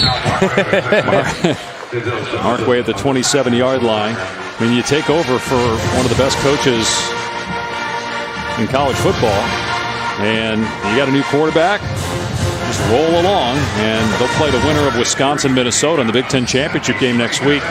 Wisconsin-Minnesota is on ABC at 3:30 Eastern Time. Helinski steps up. Simmons got a hit, but Helinski completed the pass to Dowdle for a first down at the 30-yard line. Well, this is a nice job by Helinski. I mean, Simmons is breathing fire, running right towards him, about to hit him really, really hard, and clearly Helinski's not at 100% coming into the day. This is a good job keeping your eyes downfield. Hey, man, got to make a play, anything. Just get it to your wide receiver as best you possibly can and throw it away from the defender. That was a good job keeping his eyes downfield and positioning the football in a place where the defender couldn't get it. That was a nice job by the freshman. Turned 19 years old during the season. We've seen Jay Urich get some snaps at quarterback today. Saw Helinski hobbling after that hit. Hands it off. Feaster is free. Past the 45 and out near midfield. The former Clemson Tiger, Tavian Feaster, with a gain of 19. And look at the defense. They're going to adjust and slide inside, which is going to allow for a nice crease for Feaster. You see that movement. Feaster gets it again, and in the backfield, Jake Venables, son of defensive coordinator Brent Venables, makes the tackle. No gain. A lot of reserves getting some play now, guys, particularly on the defensive side. This is a team in Clemson that's played more freshmen than any other team in America because they can. Right. Keep blowing everybody out. You get to get guys in the game that wouldn't normally play. Tight situations or in the first half. But Venables does get some work regularly. He is the backup middle linebacker. It's not like he's fourth string. Here's Helinski from the pocket. Throws in traffic and incomplete. Again, you got Isaiah Simmons. Look how far downfield number 11 is right there. He was the last line of defense on that play. He was playing the free safety there, and you mentioned the reserves that are getting some work up front. The starting secondary is still in there, and that was a nice throw by Helinski in traffic, anticipating the in-breaking route. Just went through the receiver's hands. He's battling, man. I'm telling you what, man, Ryan Helinski, he's going to grow and learn from this season, but I think he has a very bright future. He'll throw it here. Everybody covered. Tries to dump it off to Feaster, and the ball hit the ground incomplete. You remember a couple years back, too, when Jake Bentley was a true freshman, and he had his ups and downs, including what was a very one-sided performance against Clemson. His first opportunity to play Clemson, it went sideways and went sideways quickly. But Bentley continued to battle and get better and make improvements, and came into the season expecting to have a huge year. Got to expect the same type of progress from Helinski as he navigates throughout the course of his career. Kendrick is deep and has it on the 16-yard line. 2.5 remaining in the third. All Clemson.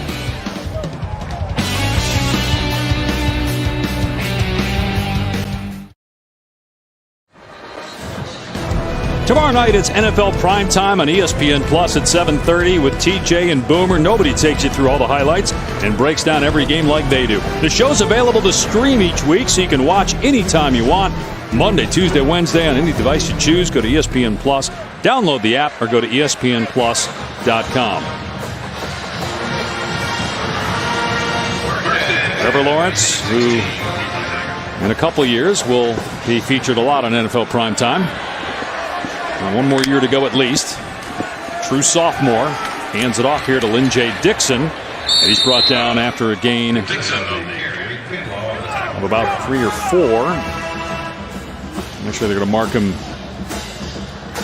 down after just a 2-yard run.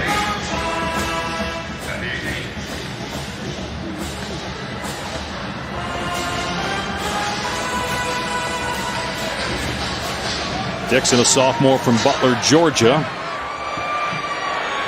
Next to Lawrence on 2nd down and 8. Inside 2 minutes to go here in the third quarter. And Lawrence going to throw it. Now takes off and tucks. You see a little acceleration at the end. Gets the first down. Here's Matt. All right, guys, this is not the offense that Tim Couch built. This is Lynn Bowden Jr. 207 rushing yards on the day. 46 of them here. Kentucky up on Louisville, 31-13. And what a story that's been. I mean, Lynn Bowden thrust into the lineup because they don't have anybody else at quarterback. The receiver playing quarterback, and he's been spectacular. Receiver may have run the wrong route there. Lawrence was trying to set up a wide receiver screen to T.J. Chase. Has to throw it away. Think about that too, Greg. If you're Mark Stoops and that staff, and you're going through and you're Eddie Graham, the offensive coordinator, and every single week you're setting up a game plan without a quarterback. Right. Knowing that you are completely one-dimensional offensively. Yeah. He has over 1,000 yards, almost 1,100 yards rushing, and 300 yards passing this season. It's unbelievable. And a vast majority of those throws were at or behind the line of scrimmage. It's just amazing what Mark Stoops has done there in Lexington in the last couple years. Lawrence's pass is batted down by T.J. Brunson. Defense still fighting for South Carolina. Yeah, they're playing hard. You see Brunson coming off the edge. Not really sure what the situation was. I think it was a quarterback or a running back draw, or you can throw a one-on-one RPO because you look at the way Lynn J. Dixon stood back there. Normally he'd be running the end of the line of scrimmage. He didn't. To block that edge defender, he didn't, so you got to think he was thinking something else. Maybe not on the same page with the quarterback. So 3rd and 10 now for Trevor Lawrence from his 27-yard line. Lawrence steps up, takes off again, and picks up another first down. Boy, he does such a good job of avoiding hits. And again, there were defenders at his feet, and he runs for 18 yards. And Trevor Lawrence now is their leading rusher. 6 carries for 51 yards. I just love how nimble he is in the backfield, making guys miss. I mean, you see capable defenders that are well positioned that go flying right by him because he's just got enough nuance to be able to move and lean and enough flexibility to avoid tacklers. And of course, in the open field, he's got a ton of speed. Final minute here of the third quarter. And they run another trick play, a reverse to Rodgers with Lawrence out there, quote-unquote, blocking.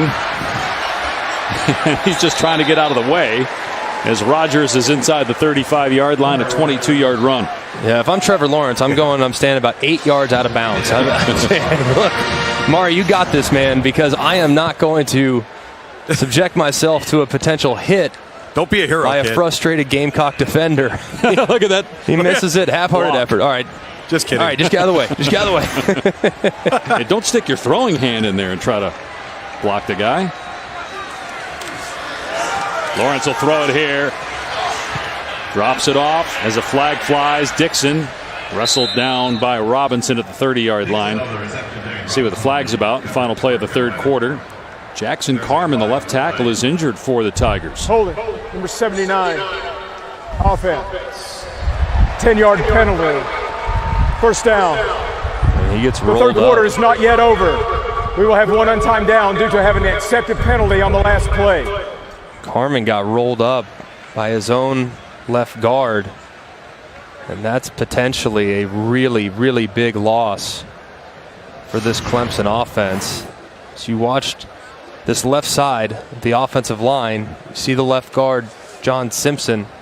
Watch as he kind of falls into the ankle area of Jackson Carman. Just hope Carman's okay. He's been such an anchor on the left side of that offensive line. and definitely their most consistent offensive lineman throughout the course of the season. And again, one more play, an untimed down coming for Clemson. And 4 seniors on that offensive line, and Carmen, a sophomore, first-year starter at left tackle, got called for the hold before the injury. Tonight at 7 Eastern on ESPN, on the ESPN app, Joe Burrow and number 2 LSU takes on Texas A&M in Death Valley. The last time these two teams played, game went 7 overtimes. It was 74-72 in College Station. See how things go tonight. Todd Blackledge, Sean McDonough, Holly Rowe on the call from Baton Rouge. No, guys, if we examine, college football playoff teams and you look at Clemson, you say, okay, is there an area where maybe they're a bit vulnerable or maybe they're not as good as they'd like to be? I think it's in the offensive line. I think they're competent. I think they are a productive, steady unit, but that's maybe a position where they can't afford an injury. Yeah, and especially to Carmen, who has the most talent of anybody up in the front. So that's a significant loss potentially if, in fact, he has to miss any time down the road. But against a Chase Young for Ohio State or against a dynamic defensive lineman, I think this offensive line could potentially have their hands full. But with the way Trevor Lawrence gets the ball out of his hands, it might not matter. You got Jordan McFadden, a redshirt freshman, and now at left tackle. Lawrence's pass is almost intercepted by Mukwamu, and that's the end of the third quarter. Clemson takes a 31-3 lead to the fourth. The Tigers on their way to 12-0.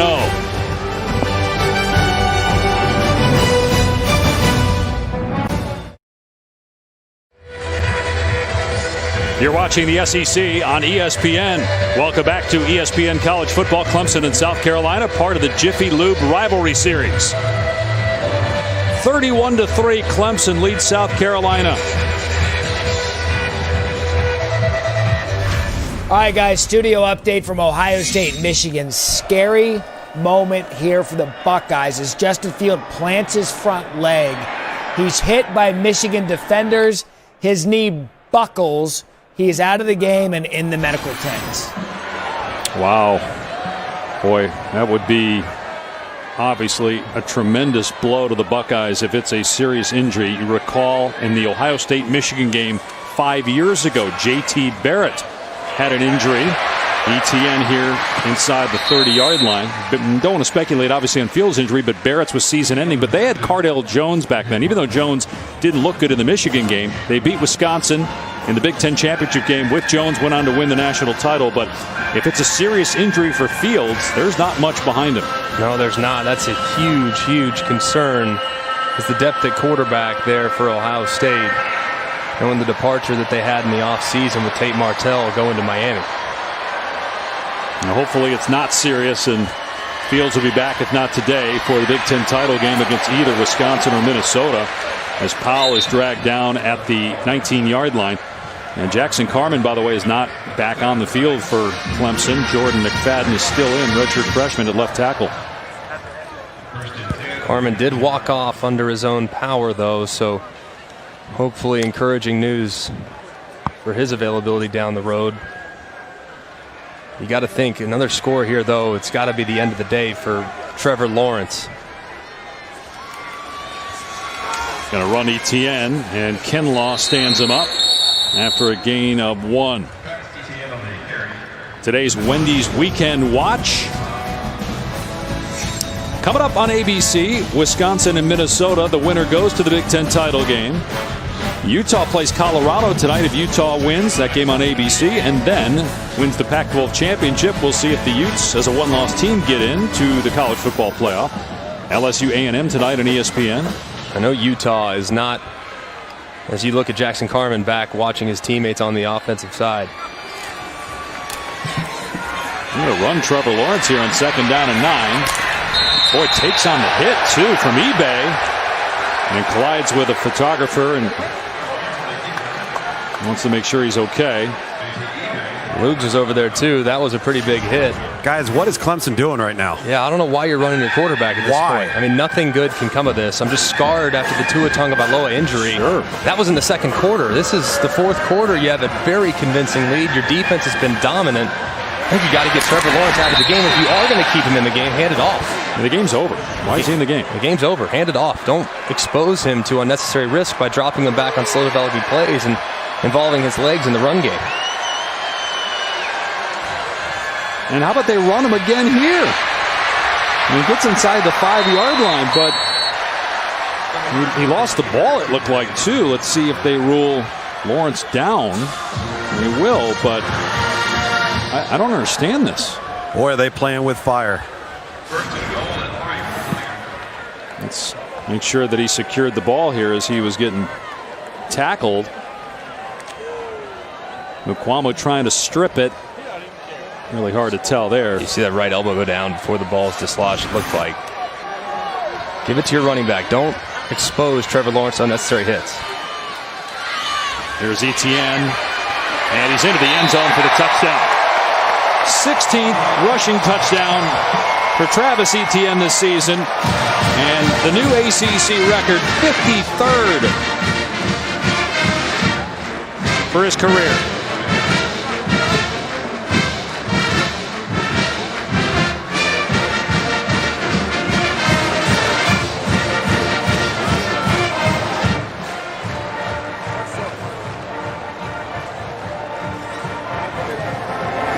And Potter makes it 38-3 Clemson.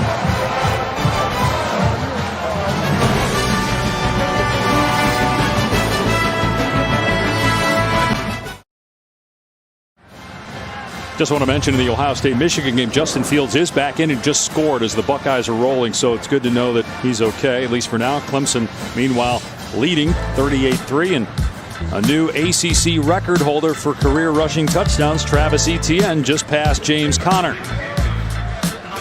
It's amazing. I mean, James Conner was so good, man. It just kind of shows you what Etienne has been capable of, and he's not coming back, but if he did, imagine what that record might look like if he had 4 years on campus.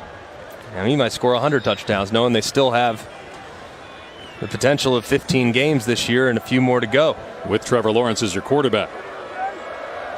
Etienne, a junior from Jennings, Louisiana. Touchback, it'll come out to the 25. Let's take a look at a blimp-worthy moment brought to you by Goodyear. This is the closest Clemson got to being beat. North Carolina going for 2 in Chapel Hill early in the season. They don't convert, and the Tigers at that time were number 1 in the country. They win by 1.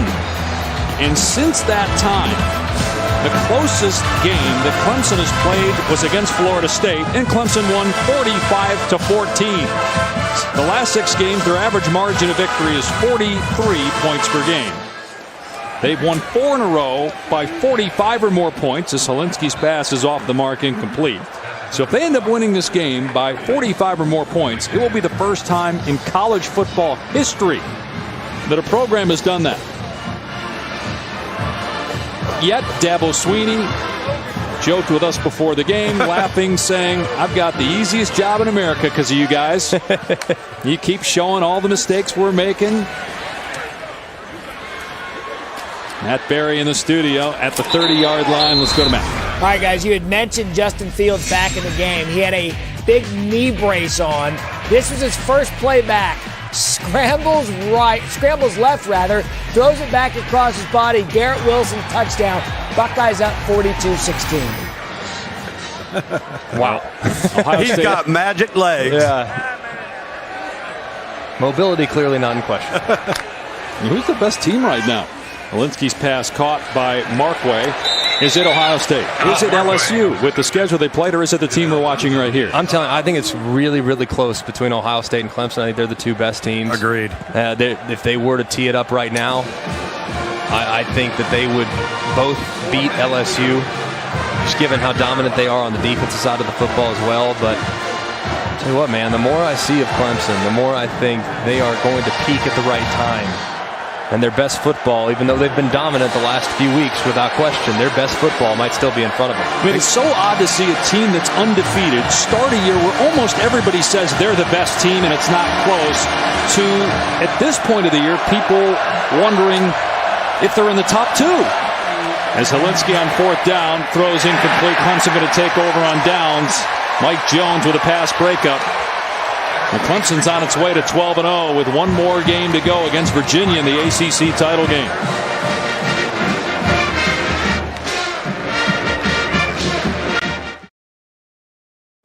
ESPN College Football is presented by Xfinity.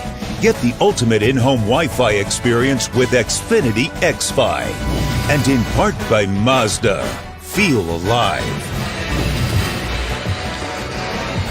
Well, there's only been 2 programs to win 3 championships in 4 years. Nebraska, 94, 95, and 97. Alabama, 2009, 11, and 12. Clemson has an opportunity to join that group in Dabo Swinney's 12th year. It's going to be his 10th 10-win season with 2 national titles. 9 straight 10-win seasons. As Lynn J. Dixon gets the carry out to the 33. Chase Bryce, by the way, is in the game at quarterback, so Trevor Lawrence is done for the day. Bryce is a sophomore, thrown 73 passes this year. Led Clemson to a win against Syracuse a year ago when Lawrence was hurt. Yeah, he was the hero. I mean, just one of the crazy outcomes of the season last year, that Syracuse game, and Chase Bryce delivering on that 4th down completion to keep the drive alive to eventually take the lead. Dixon lost the ball but covers it up. Lawrence, over the last 5 games, 16 touchdown passes, no interceptions. Yeah, he's been outstanding. I mean, really, really good. And even today, I mean, those first 12 pass attempts, he was 6 of 12 and probably had 4 or 5 inaccurates in those first 12 pass attempts. But since that point forward, it's been full speed ahead. He has been off the charts good here in the final 3 quarters of this football game. It's going to be the 27th consecutive win for Clemson. Here's Dixon on the pitch, and he gets the first down. Out of bounds around the 21. The good news for Clemson fans is that number 16 standing on the sideline with everybody that wears a single digit on offense. Yeah. Right, all the starters. Get T. Higgins, get Justin Ross, get those guys off the field. Get them out. Although you do have the offensive line still in there on some for of the most part. You've got a couple of backups in there, but the right side of the offensive line, Cervenka and Ankrum still in there. Bryce to throw here. Goes to the end zone. Ooh. Into the camera well. Luke Price just bounced off that thing like it wasn't there. It's really tight in the back of this end zone. Photographer getting out of the way. Pretty quick by the photographer getting out of the way, but man, I'm glad he's okay. Good look at it. Boom. Like it's nothing.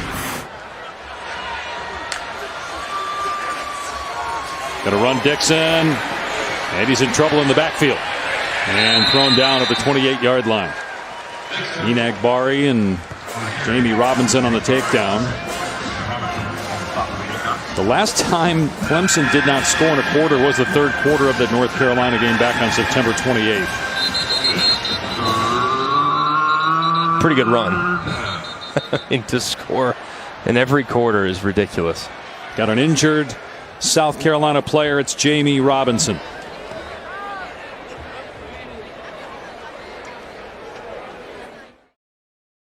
Yes, I did. In the Wisconsin-Minnesota game. He just answered it. Potter missed it wide to the right. All right, time to answer the Aflac trivia question. So 111 straight years for Clemson, South Carolina. How about 112 in a row for Wisconsin and Minnesota? If I didn't see the logo at midfield right there, I'd think they were in South Florida. Wouldn't you guys? I will never forget that game. It is a fun rivalry. Awesome. Paul Bunyan's axe at stake, and more important, the Western Division. And the champ will play Ohio State for the Big Ten title and maybe a spot in the college football playoff. But what happens if Wisconsin beats Minnesota today and beats Ohio State? Can the Badgers get in as the Big Ten champ with 2 losses? Minnesota, if it wins against Wisconsin and beats Ohio State, are the Gophers in? Walensky setting up a screen to Feaster. Guys, your thoughts on that? I think if you look at it right now, Ohio State clearly held in high regard. They're ahead of LSU. So even if they were to lose next week, I think they'd still have an argument to get in the college football playoff, given what they did in the regular season. If Minnesota were to win today and then win next week against Ohio State, they're in. I know that it wasn't sexy in September, but the way they've played here in the month of November, really the first time that program's been challenged on a big platform on a weekly basis, they've responded remarkably well. Their only loss being to Iowa on the road. Good team. I think Minnesota, if they win out, they should absolutely grab one of those 4 spots. Here's Feaster again out of the backfield. No gain. Let's go to Matt. All right, guys, outcome not in question between Georgia and Georgia Tech. George Pickens' availability for next week's SEC championship game now is because of this fight with Trey Swilling. Pickens was ejected. He's going to at least miss the first half of the SEC championship as Georgia beaten Georgia Tech 38-7. Wow. Meanwhile, there's been doing. That's so foolish. This hurts your team. There's been nothing here. I mean, nothing pregame, nothing in game. Very gentlemanly here in the Palmetto State. So go back and answer the question about Wisconsin. If Wisconsin were to beat Minnesota and beat Ohio State, which you just said held in high regard as the #1 team, right, according to the College Football Playoff Committee, if the Buckeyes are in with 1 loss, if Wisconsin is the Big Ten champ with 2 losses, did the Badgers get it? No. Ohio State beat them earlier in the year. Right. So I think even in that scenario, Ohio State might still be ahead of Wisconsin, even though they won in the Big Ten championship game. So it would get really unique. The one thing that's, I think, does a 12-1 LSU team get in? Does a 12-1 Ohio State team get in? That's the things that does a 12-1 Clemson team get in? Those are a lot of the questions that we're going to have here over the next couple of weeks that the committee's going to be tasked with. We can talk a little bit more about Clemson's opponent next week, Virginia, as Sweeney is knocked down at the 25-yard line. Back in a moment.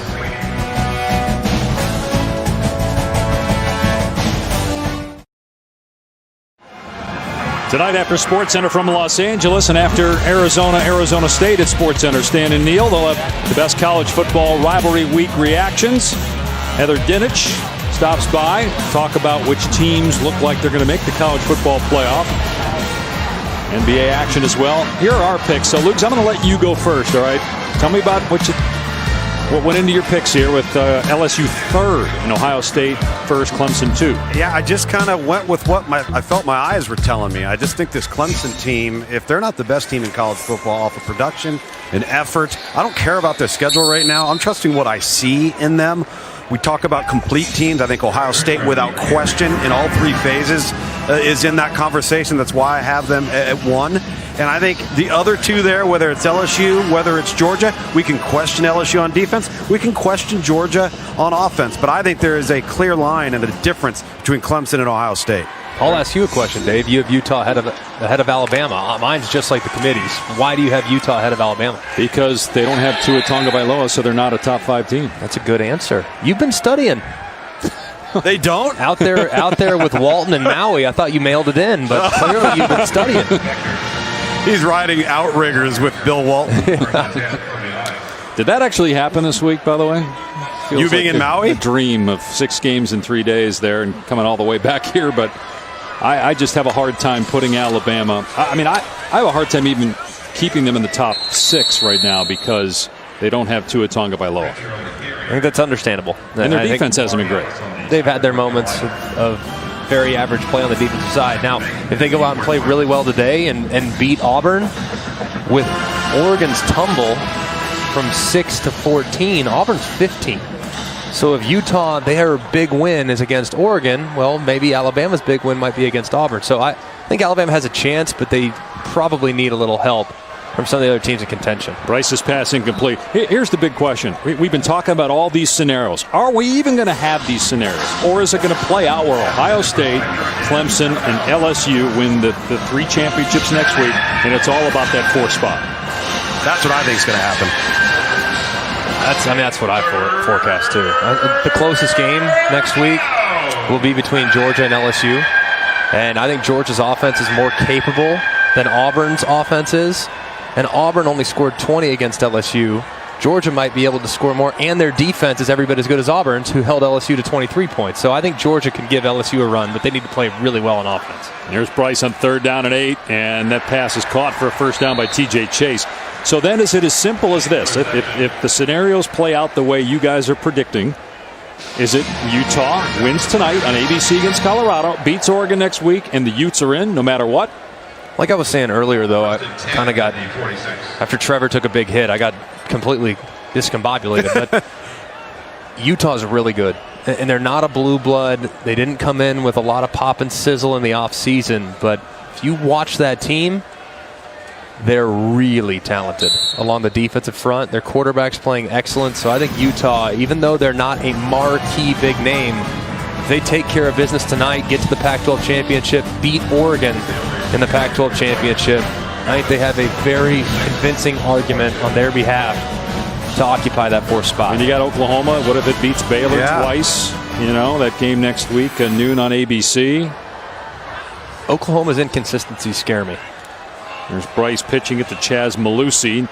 Tripped up by Robinson, who got hurt earlier, so good to see him back on the field. Of all the teams in the discussion that we're having right now, whether it's Utah, whether it's Clemson, so on and so forth, Oklahoma, from a strength of schedule, is going to carry some weight, especially if they beat Baylor twice, but they might have the worst eye test of all the teams in contention right now. Yeah, their highs have been really high, like the first half, or the first 3 quarters against Iowa State, or the second half against Baylor, but the lows have also been really jaw-dropping at times with the way they've played on the defensive side. Incomplete pass, 4th down. Clemson has Virginia next week. And Oklahoma has a chance, too, tonight to strengthen their strength of record as well. No doubt. Oklahoma State still in the top 25, actually sitting at number 21. So Oklahoma's going to have an argument if they can take care of business the rest of the way. But I don't know if they're going to be able to play in the way they are on the defensive side. Kingsley Enagbari shaken up for South Carolina. So here is the ACC championship game primer. Clemson has only lost 8 times to Virginia. They haven't played since 13. This will be the 5th straight title game appearance for Clemson. Tigers have won the last 4. And this will be the 7th different ACC Coastal team in 7 years in the ACC title game. That's amazing, isn't it? I mean, you think when the ACC went to 14 and realigned their divisions, they thought it'd be Florida State and Clemson every year coming out of the Atlantic, and in the Coastal it'd be Miami or Virginia Tech. And sure enough, all 7 teams in the ACC Coastal have been to the ACC championship. And how about the job Bronco Mendenhall has done in getting that Cavalier program back to where they want to be, and a team that could very well make their way to the Orange Bowl come Selection Sunday. Enagbari being helped off the field for South Carolina with 2:16 to go. Clemson up 38-3.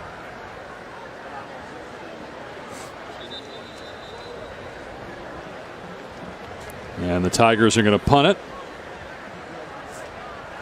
They got a lot of their starters, their special teams starters on the field, which include some of their best players like Isaiah Simmons.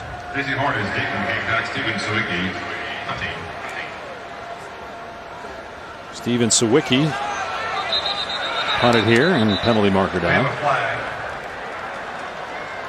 Full start. Number 1, offense. 5-yard penalty. 4th down. Just not sure why you'd have all these starters on the field for this. It's a punt. You're up 38-3 with 2 minutes to go. Knowing you're on the road, I don't know what the travel roster allotment is. Maybe, yeah. You might not have enough guys. Yeah, that's fair. Especially knowing the positions that those guys might occupy. And South Carolina looked like it was offside there. Decent enough punt, though. You would imagine Clemson will just decline it. South Carolina will have the ball on the 9-yard line. Well, this season looked promising despite the injuries early on when South Carolina beat Georgia. Number 28, defense. Penalties decline.